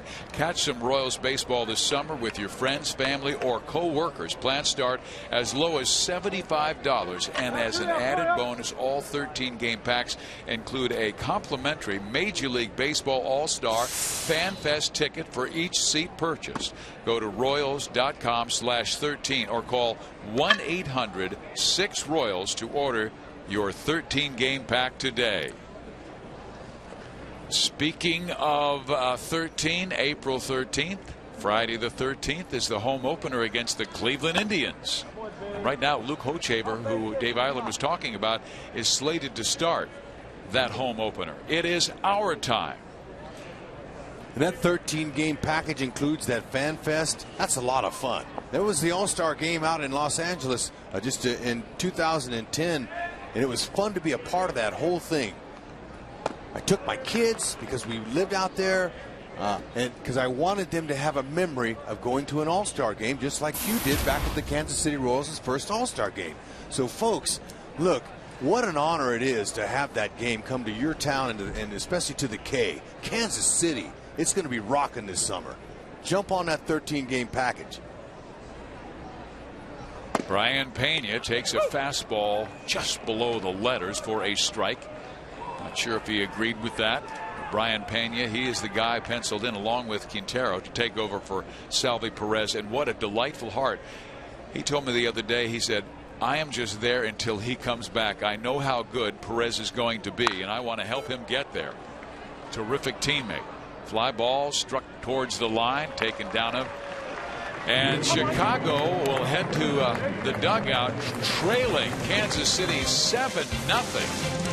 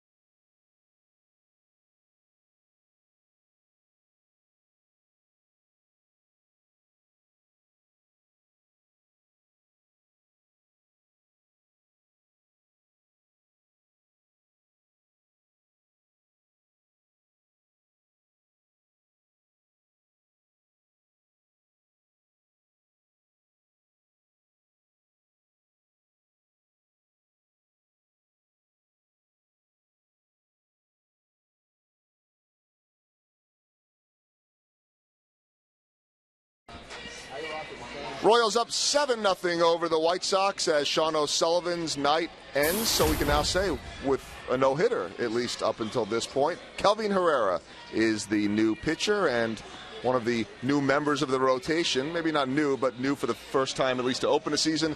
Danny Duffy joining us right now in the dugout. How excited were you when you found out that you'd be on the opening day roster and in the rotation? Yeah, I was pumped. It's a great opportunity to be a part of something. It's going to be really special this year. And, maybe the numbers weren't there, but I feel like, my stuff right now is just really working for me, and, it's going to translate into the season.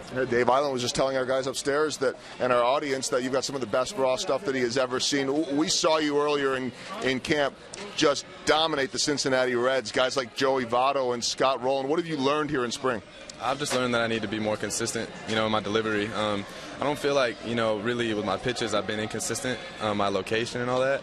But maybe just, stay back a little bit more, keep that ball, on a downward plane, and, I think that's going to be the key. All right, well, we just had your new pitching coach talking about you. How about some thoughts on your new pitching coach? Oh, he knows the game.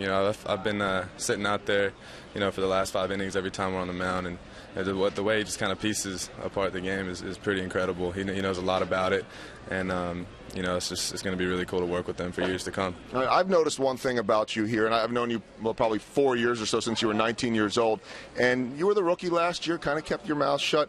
But I've seen you having a lot of fun in that clubhouse. Any chance you get to stand behind someone doing an interview and make a face or whatever it might be, you're having a good time. How much more comfortable are you right now? I don't feel like I'm entitled to anything. I feel like I have to earn everything I do, but it is nice to kind of, get with the guys here and not feel like I'm, stepping on glass with wide eyes when I'm talking. And, it's cool to be able to kind of fool around and be a part of the team, and I'm just having a great time. Did I see you have some cowboy boots that you were throwing on Twitter today? What's going on with a California kid and Southern California kid? Dude, I don't know. Tiford's he's molding me, man. I don't know. I saw a pair, tried them on, they were comfortable, and that was that. What can I say?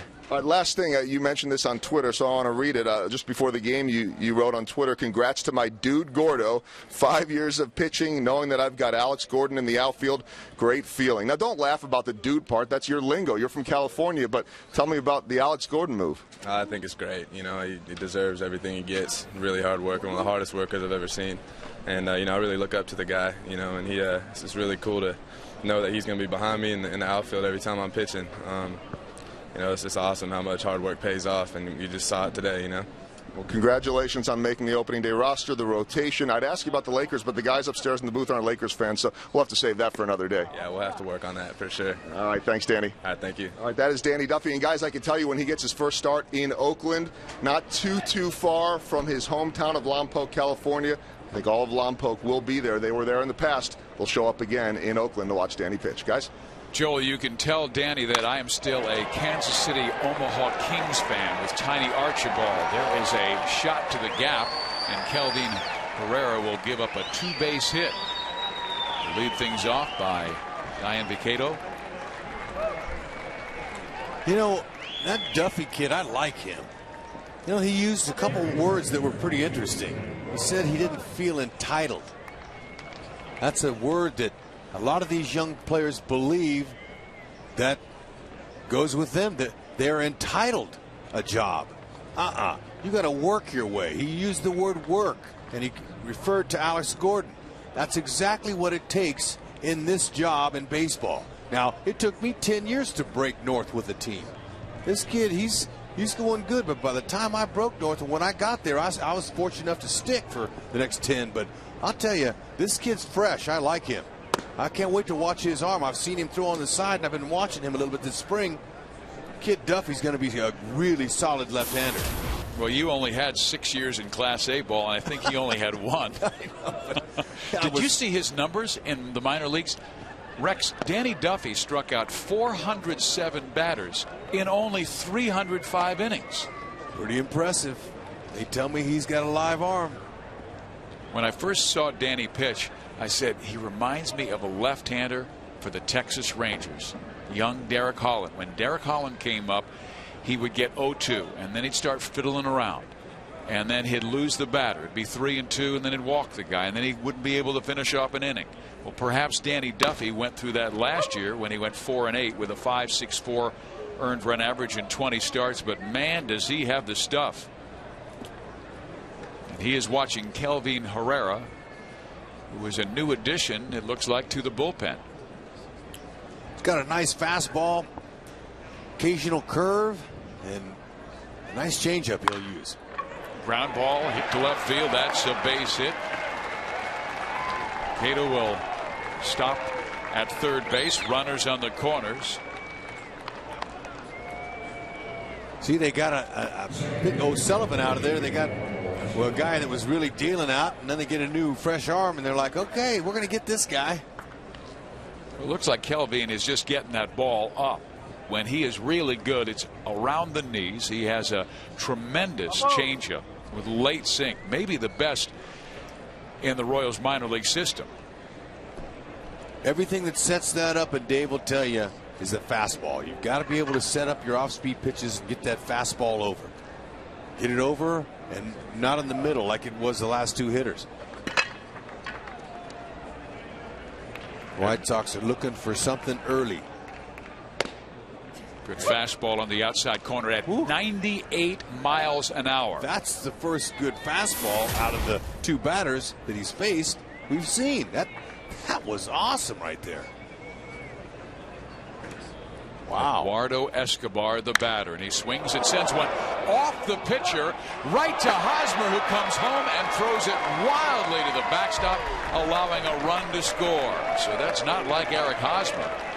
I thought, quite frankly, Rex, that he would take the baseball and with a 7-run lead come back to the bag and get at least one. I think so too, but you know, that ball ricocheted off the pitcher. Hopefully his ankle's okay, but I think Hosmer was a little bit surprised. He goes, I'll get the guy. He was off balance, didn't have a good balance, and almost nailed Dave Island, the pitching coach, who was sitting there. He had to do a ballet act to get out of the way of it. Now let's hope that Kelvin's okay. That was a good changeup that he threw. And the hitter stayed down with it and hit it right off his ankle. So Ned Yost and the trainer out talking with Kelvin Herrera. Rex, I wanted to ask you what Herrera might be going through as Nick Kenny tends to Herrera. Here's a guy who's just 22 years old. He may have come into camp, as we'll take a look at this shot off of his ankle. Yeah, it hit off the outside of his right ankle, his landing ankle. And Hosmer just threw that one away. They're going to have Herrera throw. But Rex, my question to you, because you've been in that situation before, 22 years old, going into camp, really not expecting to break camp with the big league club, and all of a sudden you wow the coaches, and there you are, and you're 1 week away from making it to the major leagues. Your heart might be pumping a little faster. What is that like, that anxiety? You know, you're still a little nervous. There's still about 3 or 4 games to go in camp, and you know, you really can't believe it yet. That you can't believe it until you're on that opening day roster.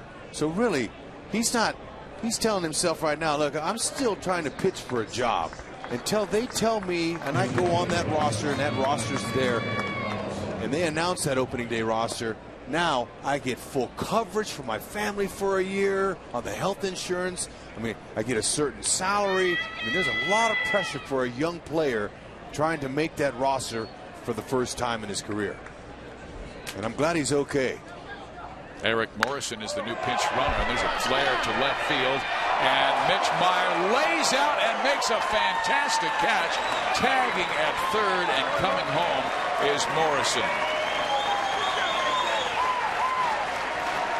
There's your 4th outfielder right there, a guy who loves to play the game. Like his style, like exactly how he timed this. He got a great first step on it, heading towards the line. That ball's hooking. It's hooking down there towards the pole. Full out belly flop. Got a little grass stain on him. Feels kind of good. How valuable is Mitch Meyer, a young man who can play all 3 outfield positions that well? And can come off the bench with some thunder from the left side. A strike now to Alex Rios, who is 0 for 2. Strikeout and ground out. Meyer likely will be joined by Jason Bourgeois as the extra outfielders behind Gordon, Kane, and Francoeur. This ball struck to second. Gets it to Escobar for one. On to first. They get the double play. Herrera does give up 2 in the 6th. But the Royals still lead it 7-2.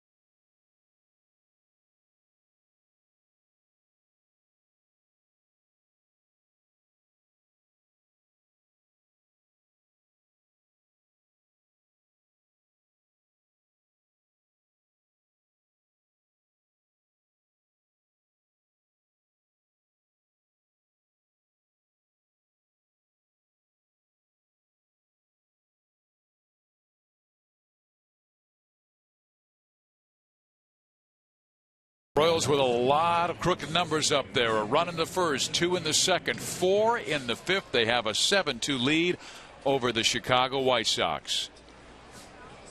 Brian Bruni stays in the game, and he will pitch to Chris Getz, who is 0 for 2, robbed of a hit his first time up, and tries to check his swing on an outstanding changeup for strike 1. A lot of folks were a little bit surprised when Johnny Giavitelli got sent down, but I'm going to tell you, though, that Johnny needs a little bit of work on that defense. Now, he's a very solid player and going to be a great player at some particular time. Kansas City Royals have told everyone, we want to win. We need to win. We got a veteran guy in Chris Getz here. Got a little more range, a little more speed. Maybe not quite the hitter, but I'd like to show you, folks, that up the middle double play combination they just turned. That's a nice base hit. Short, quick swing. Let's check out the double play. This is going to be your keystone combination for a lot of the season. Okay, nice first man, sure. Second man, be quick. Drags his foot across Escobar. Escobar with a lightning quick arm, jumped up. This is nice, folks. This is called ham and eggs and roll them over. That's 2. Pitcher's best friend. Got to have that all season to win a championship. There he is right there. One of your second basemen along with Yuniesky Betancourt. Gets very good speed, stole 21 bags last year. Now he will watch as Escobar. And this is a great thing that Ned Yost loves lineup situations, and he has speed at the bottom of the order with Getz hitting 8th and Escobar hitting 9th. And Alex Gordon, who is a run producer, hitting in the leadoff spot. So when you turn the lineup over and a couple of those 8 and 9 guys get on base, and here comes Alex Gordon. Now Alex doesn't turn into an on-base guy. He turns into a run producer. Gordon with 87 RBIs last year, and you can see what Escobar has done tonight. 2 solid singles, 1 to center, 1 to right. He scored twice.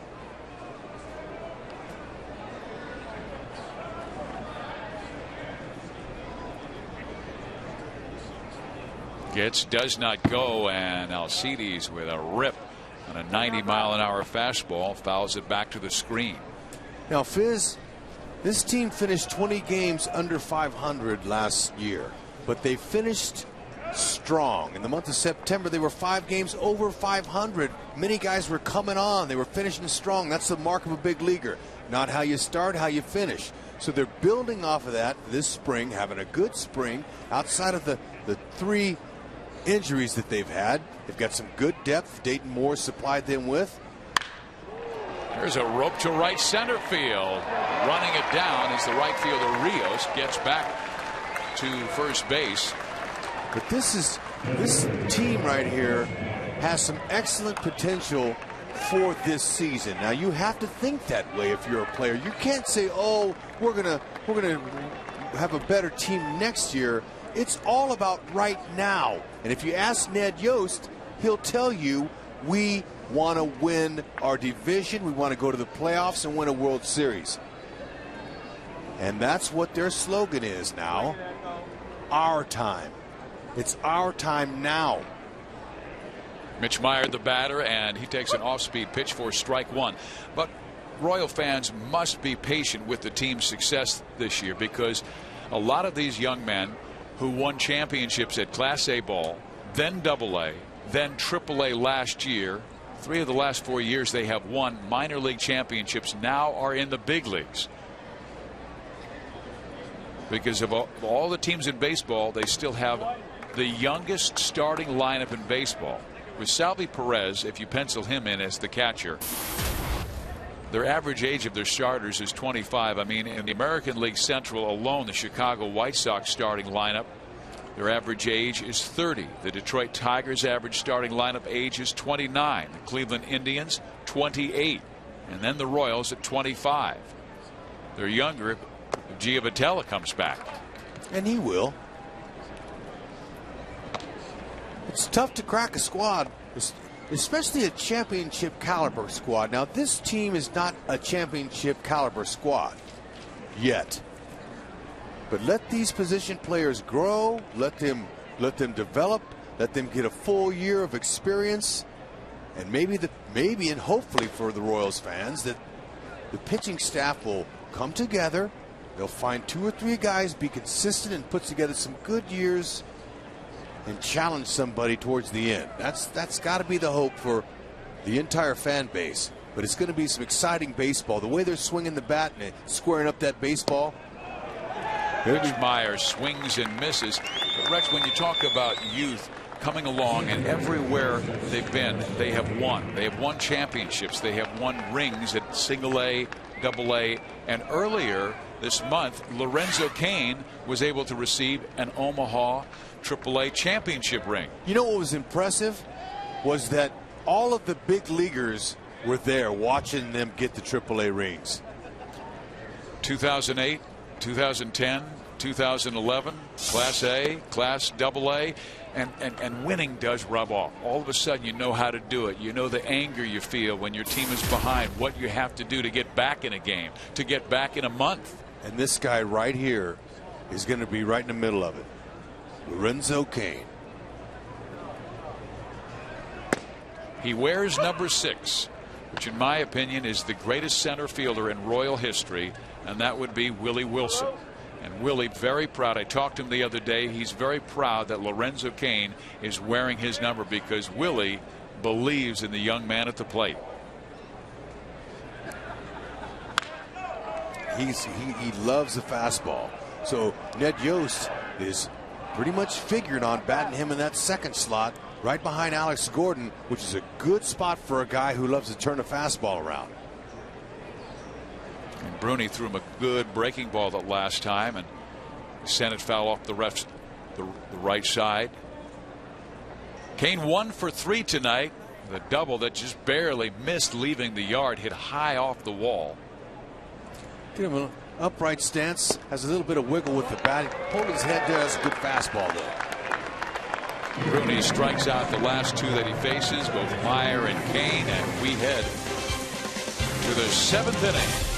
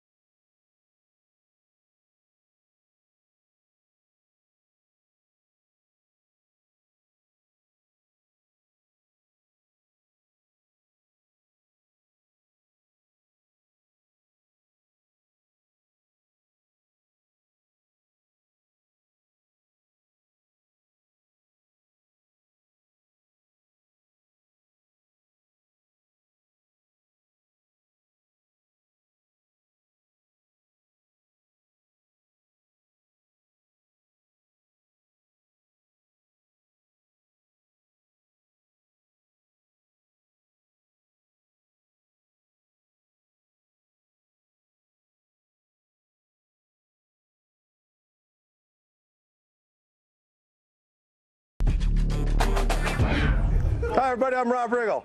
I'm going to be around today. I hope I don't bother you too much. But I'll be talking to you guys a little later. All right. Where's my locker? Where's my jockstrap? Rob Riggle, actor, comedian. He's part of The Daily Show. He's got a movie out, 21 Jump Street. And he came out for batting practice, took some fly balls, shagged some balls, and just had a delightful time with George Brett.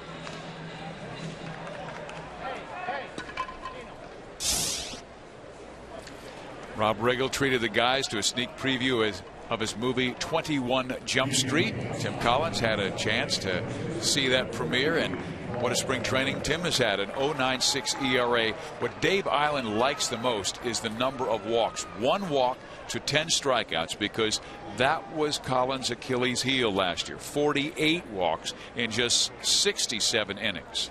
These young guys know what they have to do to be successful at this level and to help the Royals win a championship, and that is throw strikes, throw on that downhill plane, get that balance over the slab, over the rubber, and stay on top and stay down. This kid's got a nice fastball, 4 and 2-seam fastball. You see Konerko there. He's got a curveball. It's his second best pitch. There it was right there. Got a nice little change up, and what Dave Island has been doing with him is trying to make some adjustment, making that curveball a little bit tighter, making a little bit tighter break on it. And so far, you mentioned lack of walks. It's been working. He's getting that curveball up to the Chicago White Sox, and that is dangerous when you're facing a guy like Paul Konerko, who has tremendous power. Paul hit 31 home runs last year, drove in 105. Make him chase. Head in the count 1 and 2. He did, and he went with the off-speed pitch at 84 miles an hour. Tim Collins strikes out a pretty good hitter in Paul Konerko. Let's go to Joel Goldberg, who's with a couple of new Royals. Yeah, Jason Bourgeois and Humberto Quintero, and I know you're getting ready to go into the game soon, but welcome to Kansas City. I've been in the action for a couple of weeks here now. What are your impressions, Jason? Oh, man, it's a great ball club. You know, the atmosphere in the clubhouse has been great. It's been a winning atmosphere. You know, come from where we came from, it's a little bit different. I'm loving it already. Well, we've seen you steal a base every single chance that you get, so that's definitely been a great addition speed-wise. And what we've seen at the beginning of the broadcast so far from Humberto is a sense of humor. How often do you like to do that, have the guys laughing? Every day, man. I'm always happy. No matter what we're going to lose, I'm always happy. You know, I'm happy to be here, and there's a good group of guys, you know, that I feel happy about it. That routine that you were doing, the imitation impression of Felipe Paulino, your good friend, and Jose Mijares, it's one of the funniest things I think we've ever seen at spring training. Yeah, we're joking around all the time, man, you know. But I think Mijares get mad a little bit, so we had to cut him off a little bit. You had to cut him off because he was mad at you. Jason, you've seen this act, I guess, before. How much does he keep the clubhouse loose? Man, he's a veteran guy, so he's good at that. He's always keeping everybody loose, talking, and, you know, these guys having a lot of fun in the clubhouse today, and here on the bench, it's been great. All right, I've got to ask you, Humberto, because there is a picture. It's a little confusing. There's a picture of Fred Flintstone hanging above your clubhouse, but your nickname is Barney, like Barney Rubble. And Trevor Hoffman nicknamed you that, but they have Fred Flintstone above your locker. Yeah, I think Paulino got the wrong name. It's supposed to be Barney Rebel, but you know, I'm happy. Yeah, I enjoy it. He can put whatever he wants in my locker. I'm gonna be happy. But I think you told me that the first time that you got that nickname, you looked up at the scoreboard in San Diego, and you heard what?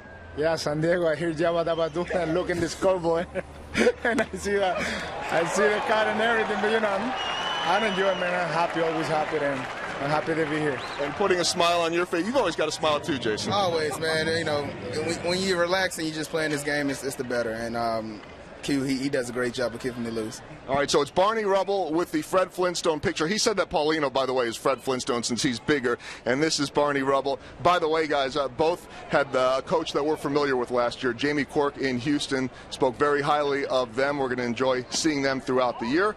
Let's go back upstairs to Fizz and Hud. Jamie Quirk, name from the past, a great Royal in the 1970s. Terrific guy who caught a lot of games.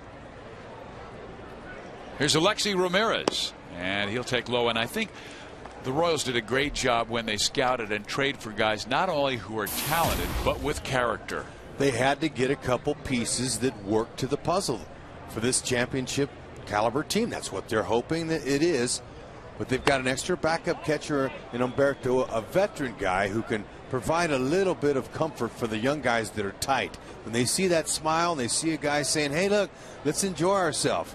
We're enjoying playing baseball. Win or lose, he said he has a smile. And believe me, that works wonders in a 162-game season.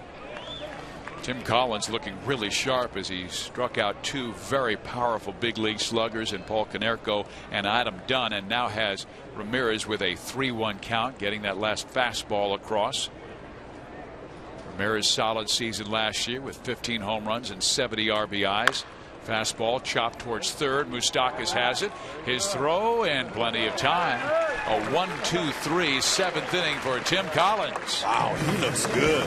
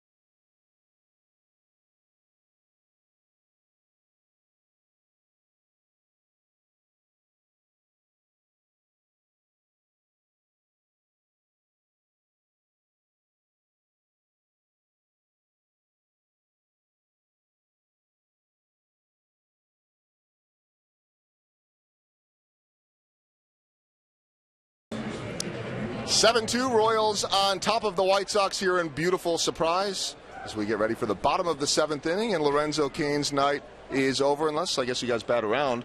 Hey, Alcides Escobar is here. A couple former Brewers. We didn't even know you were in here.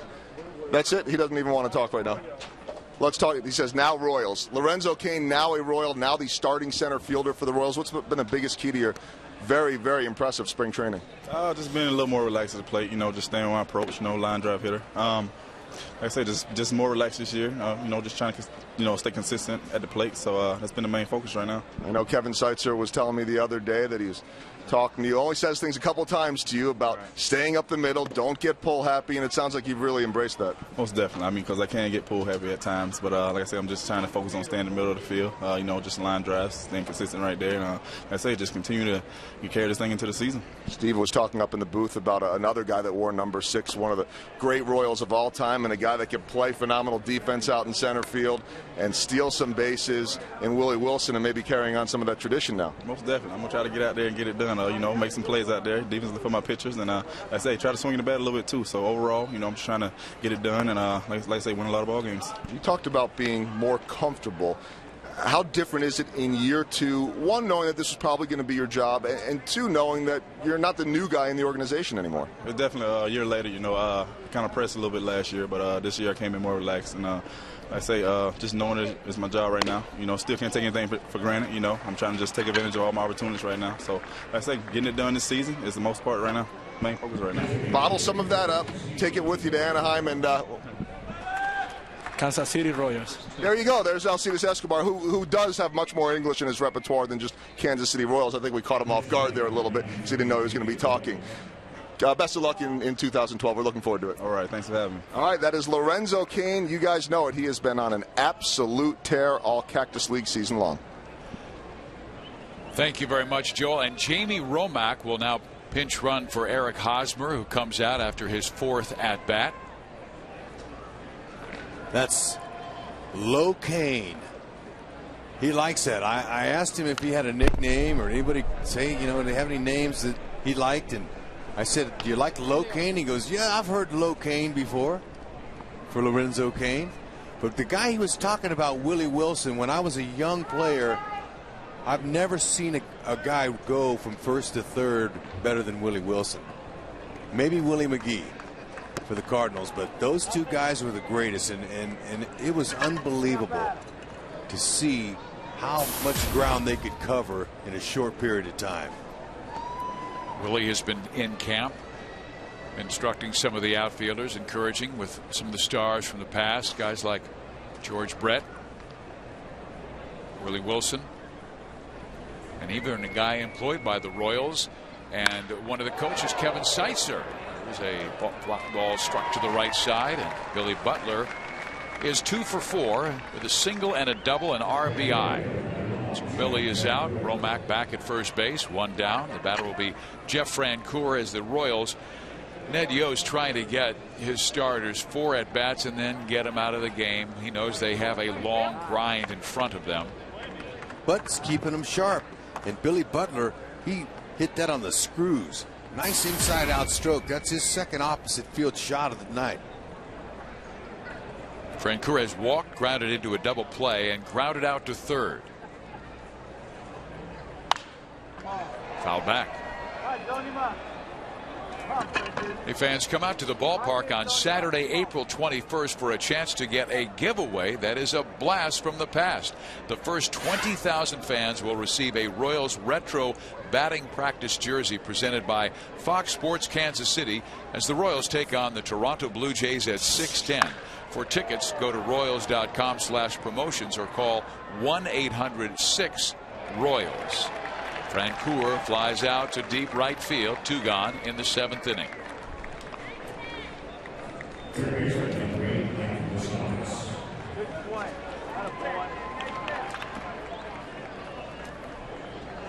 Mike Moustakas likely will get his final at bat of the evening. He has flied out 3 times, once to center and twice to right field.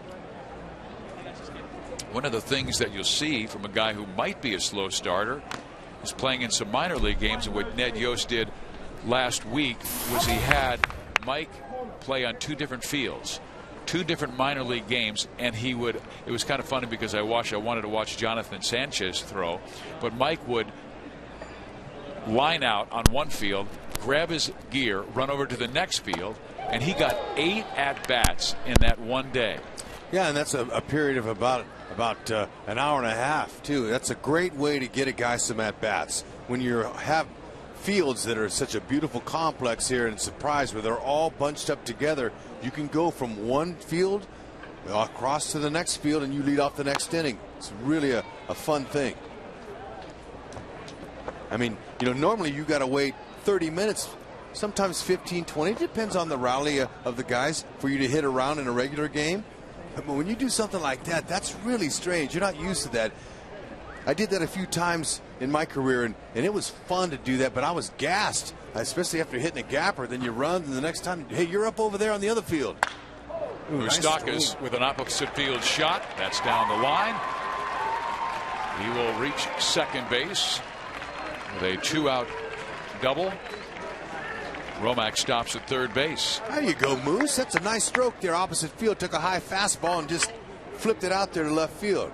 That'll put him on the board tonight. Now Moustakas will see a pinch runner come on for him, and Mario Lisson will take over.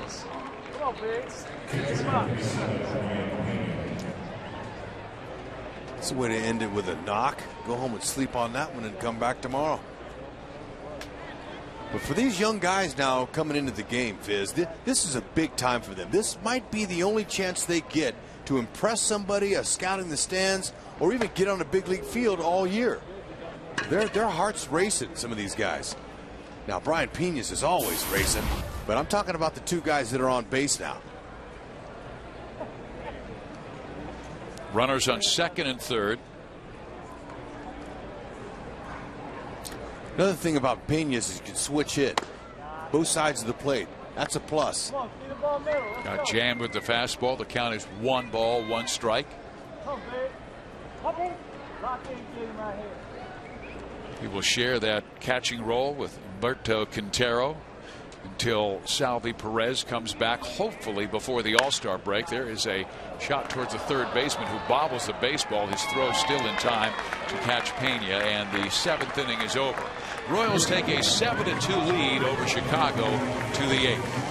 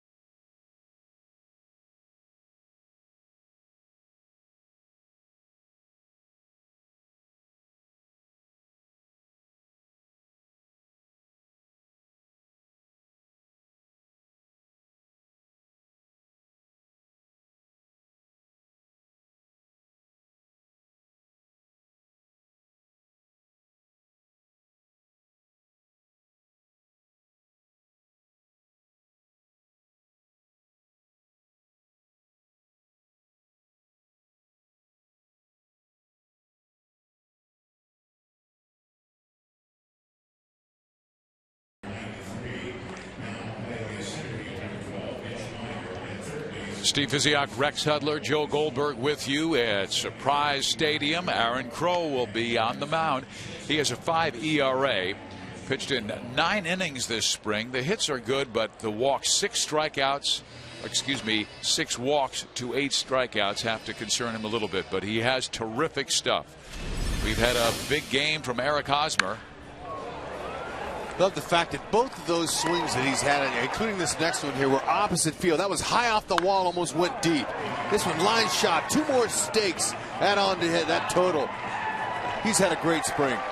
Now has 28 RBIs. Let's go to Joe Goldberg. Just unbelievable numbers. Lorenzo Cain right now is at 403.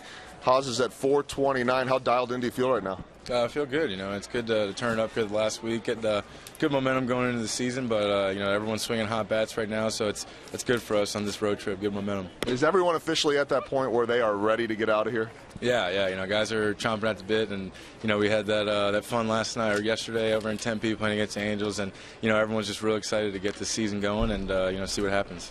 All right, we were talking off camera, and it was pointed out, when you're perfect, not a lot of bad things happen. You didn't say that, by the way. So I don't know that I've ever seen you make a throw like this before.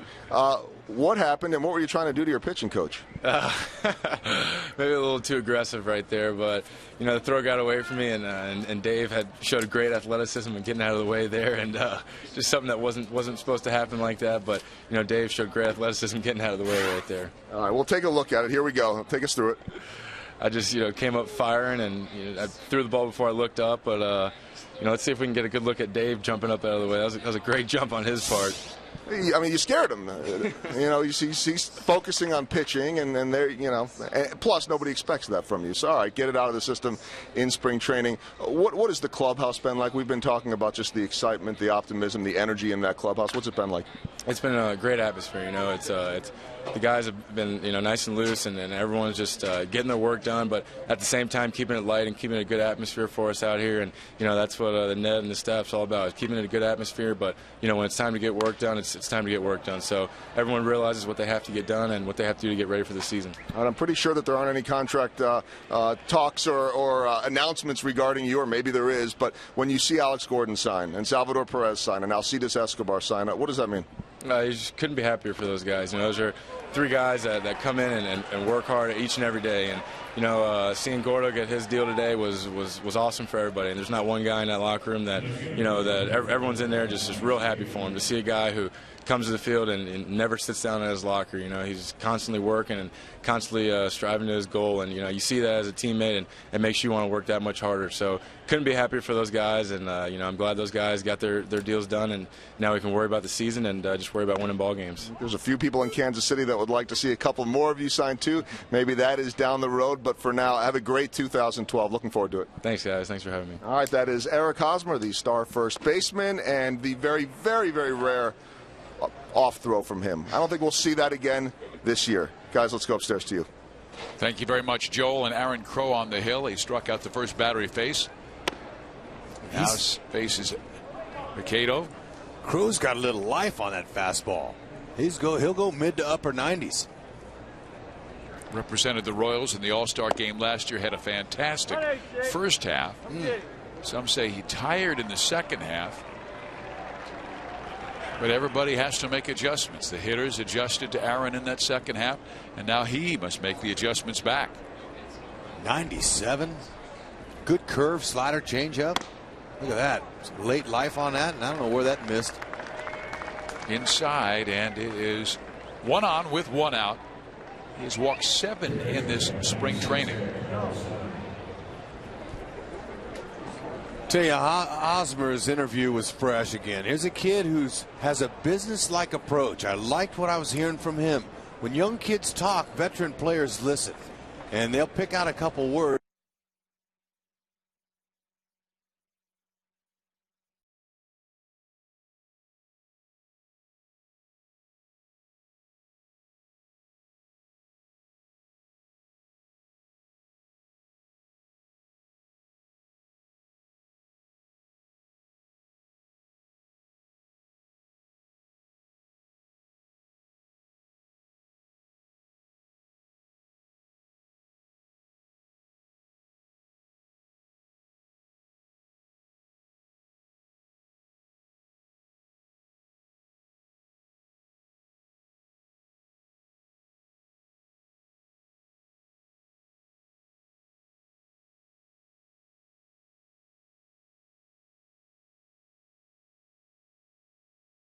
Defensive changes for the Royals. Jamie Romack did stay in the game to play first base.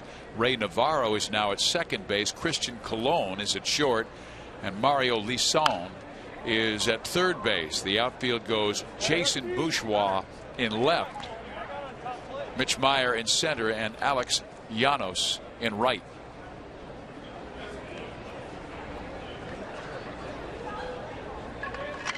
Beautiful evening here in Surprise, Arizona. Nice, perfect weather. I'll tell you, having trained in Florida and having trained out here, Fizz, there's a big difference. It's very predictable, the weather in Arizona. It's dry, nice light air. Offensive players get carry on their ball. Pitchers don't care for it too much, but offensive players love it. Florida, the wind blows in all the time. It's blowing hard. It's sweaty. It's very humid there. It's a whole different training climate. Both of them are good, though. Here, you sweat, but it evaporates pretty quickly, and you need to make sure that you drink a lot of water here because you can be deceived since you don't sweat like you do in Florida. For years, the Royals played in Fort Myers. There's a good fastball, a swing and a miss by Escobar. Crow strikes out 2 in the inning, and we head to the bottom of the 8th. The Royals holding a 5-run lead.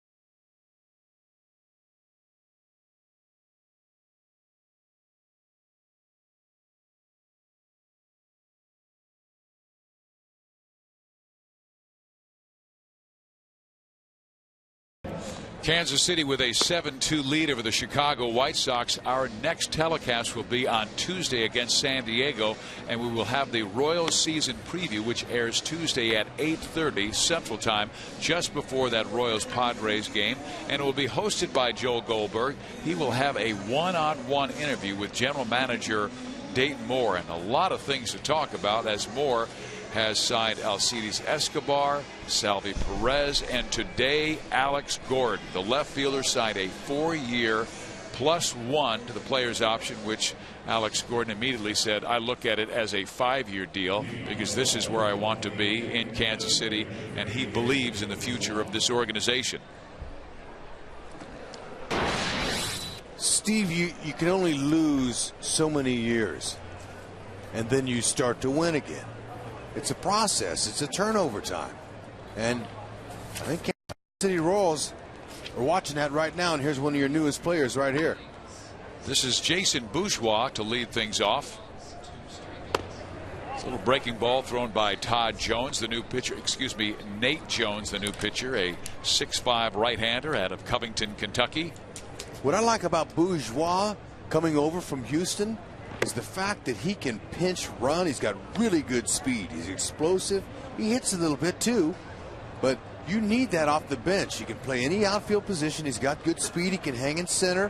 You can spot start him, but he can pinch run off the bench. So another good piece that Ned Yost and Dayton Moore added to enhance their team. And you know what? You're only as good as your extra players, and they've got some good backups. Well, he has a favorable count here at 3 balls and no strikes. And Rex, he had an unbelievable stolen base to games played ratio. He takes ball 4, so we may get an opportunity to see his speed here in the bottom of the 8th inning. He had 31 stolen bases in 94 games. Well, guess who's with Aaron Crow, who pitched a terrific 8th inning? It's Joel Goldberg. All right, Fizz, thank you very much. Aaron, great job out there. For you, what has the spring been like, coming in possibly as a starter, switching back over to the bullpen? How did that affect your preparation and the way you went about your business? I didn't really worry about what my role was going to be. I just went out and tried to get guys out on a consistent basis, and it's been up and down this spring, but I feel good going into the season, and I hope I pitch like today I did for the rest of the season. Dave Island was saying that he wouldn't trade this bullpen in for anyone, even without Joakim Soria out there. How loaded does it feel like this bullpen is? It's awesome. Even without Jack, we're missing a huge piece of the puzzle, but I still think we have plenty of guys down there that can get the job done, and just really looking forward to getting the season underway. I know all of you were really upset and felt bad for Soria because he's really kind of like a big brother to all of you. How tough was that just to see him go through the injury and now out for the year? That hurt for him too, just as much as everybody else on this team does too, because he's a great teammate and he's one of the best pitchers in all of baseball. So it's a huge loss on the field and in the clubhouse, but we just got to band together and replace him, and there's a few guys that are capable of doing that. How about for your year 2 now? You had that first year rookie experience out of the way and an all-star appearance. What was that like for you to be able to go to the all-star game and to be able to have that experience? It was a lot of fun. Last year was definitely a highlight of my life so far, so just really looking forward to getting the season underway and hoping to duplicate the success that I had last year. Some of the guys have talked about how they're more comfortable year 2. How much does that help you too? It should, having the confidence knowing you can get big league hitters out is huge. So all the guys that did it last year know they can come in and do it again this year and hopefully be better. All right, I won't get you in trouble, but I know who you're not rooting for this weekend, right?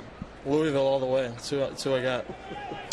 Well, the very esteemed PR director, communications vice president, who's a KU guy, is standing right next to us laughing. I'll let you guys argue about that one. Aaron, best of luck in 2012. Thanks, Joel. Appreciate it. All right, that is Aaron Crow, he of the Mizzou fame. Hey, he can't help it if he went to Mizzou and played baseball there, grew up in Kansas. Those are his feelings. Fizz, you know how that goes, right? You bet I do. I mean, I had 2 members of my family go to Kansas, and 3 of them, including myself, went to Kansas State. So I'm pulling for the Jayhawks tomorrow in a big way. I'll be watching that game at my brother's house. Jayhawks will be taking on Ohio State, and Louisville will be facing Kentucky in the Final 4 of the NCAA championship.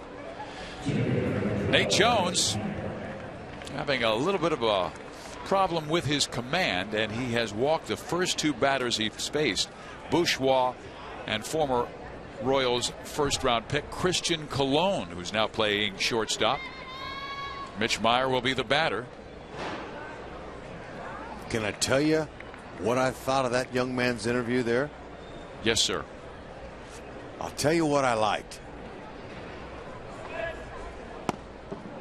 I like the fact that the kid doesn't care what role he plays in the bullpen. I just want to get guys out. There's another unselfish young pitcher that wants to do what's best for the team. We keep hearing him. We've heard him all night. I'm impressed with him. And also, last year he said it was one of the highlights of his life.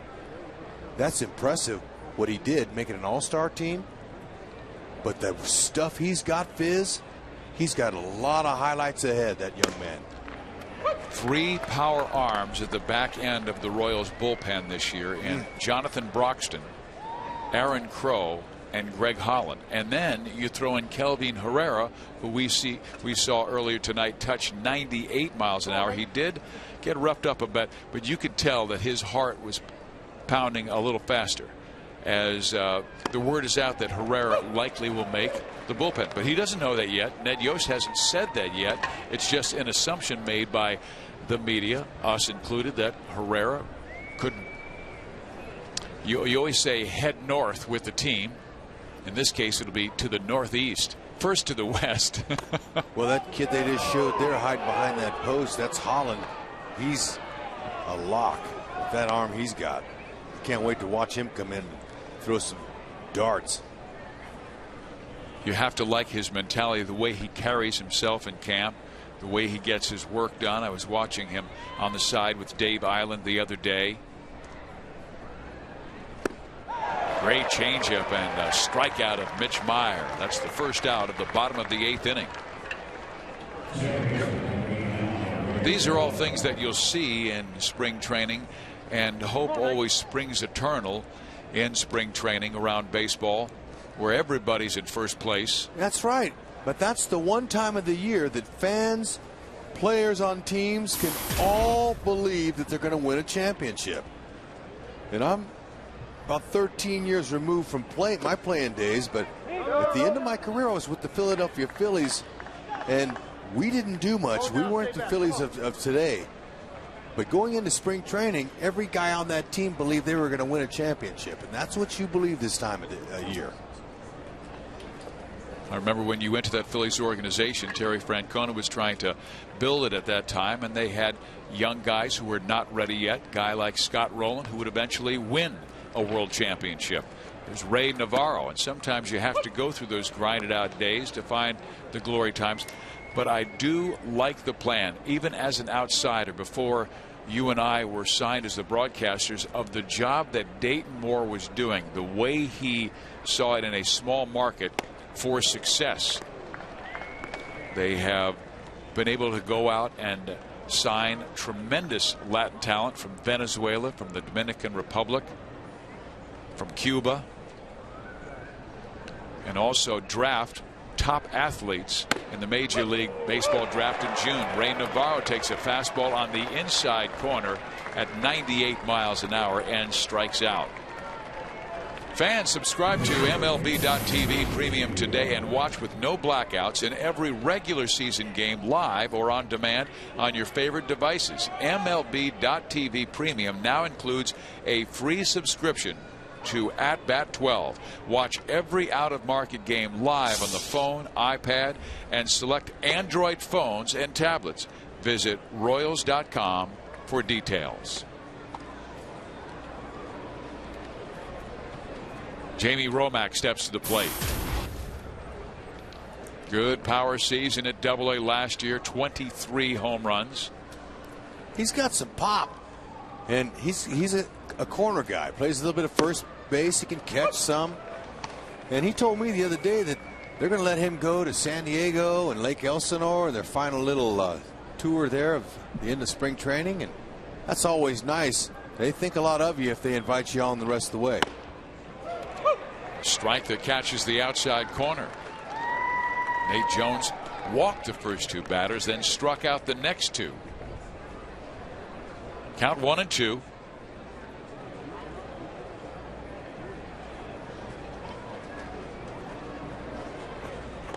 Eric Hosmer got the start at first base and had another terrific game as he's batting over .530 in the last 11 game streak that he has been on. 15 RBIs in that 11 game hit streak.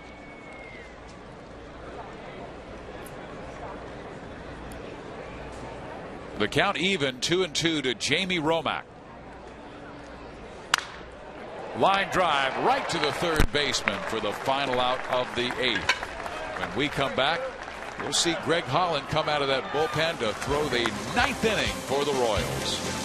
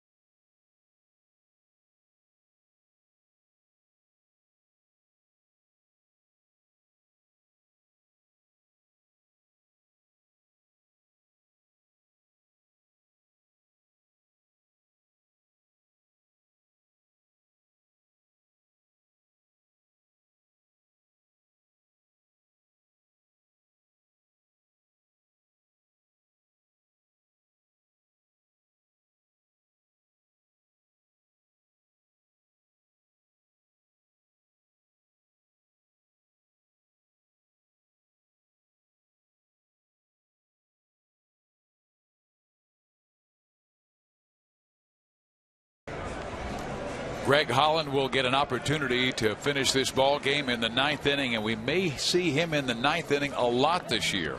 He has a .519 earned run average, was outstanding early in camp. Roughed up a little late, but still you've got to like the strikeouts to walks, 12 over 1. And Greg Holland at 5'11", 180 pounds, he can reach 95, 96, 97 miles an hour. Another power arm that Dave Island will be pulling out of that pen. They just keep coming and coming out of this Royals bullpen. I like to call them scud throwers. I mean, they throw hard. And this kid here, what makes him so special, Steve, is he's not just a 1-2 pitch pitcher. He's got a fastball above average, slider, curve, and an outstanding split finger. He's got 4 pitches. Most closers just go with 2. So he's going to have he's going to throw some fits to some hitters late in games, trying to close down some games for Royals. Really, all he needs is his fastball splitty. The 0-1 is swung on and fouled off by A.J. Pierzynski. He went from 91 on his fastball and then reared back and delivered at 94. I likened him a little bit to his size and also his 4-pitch repertoire to former Royal and also part of our broadcast team, Jeff Montgomery. And I was talking to Jeff about that the other day, and he agreed. It's a fastball that's coming upstairs, and Pierzynski sends it down the line, fielded by Romack, gets it to Holland in time, and there is 1 out. Nice play by Romack. Way to go. Man, that ball was by him down the line. Look, he just kind of took a stab at it. He waved his glove out there and said, hey, look what I found. And there it was. Nice play. Look at Holland. He was over there in plenty of time. Well, I tell you, that's the importance of defense. Even with Pierzynski, not a fast runner, that would have been a leadoff double. Good play. 1 down for Alex Rios. And it's good for Holland to see big leaguers like Pierzynski, Rios, and then Konerko. He's facing their best 2, 3, 4 hitters. Fastball upstairs, ball 1. I was talking to a couple hitters earlier this spring about the Kansas City Royals bullpen, and some of the guys that have faced these guys last year said they got hard-throwing guys that just keep coming and coming. They keep opening that door out of the bullpen. There are no soft-tossing bullpen guys out there. Now, they might have a situational left-hander like Jose Majerus, you know, but may not be a flamethrower like that. But, you know, most of these guys all have power arms coming out of the Royals bullpen. This is a team that will not be taken lightly by any other team in the AL and NL. There are some forecasters picking the Royals as high as 2nd or 3rd in the American League Central. Ground ball struck to 3rd. Leeson. 2 outs. Well, you know, this time of year, all these quote-unquote forecasters all put in their predictions, but you can't predict a baseball season that's performed between the lines 162 games. Unlike any other sport in the world, it is a mental grind, and you can't predict what's going to happen. Whose horses are going to go down, who's going to sustain the injury. Really what it is who has the most depth, who has the best AAA, who has the best nuts and bolts of the organization. And that's what I mean, your minor league system. That's your nuts and bolts. Paul Konerko with a drive to center field, but it stays up for Mitch Meyer, and Greg Holland with a 1-2-3 ninth. Dave Island, Ned Yost with a handshake all the way around. The Royals win it by a final of 7-2, and they push the record to 15-13 on this spring training. We'll come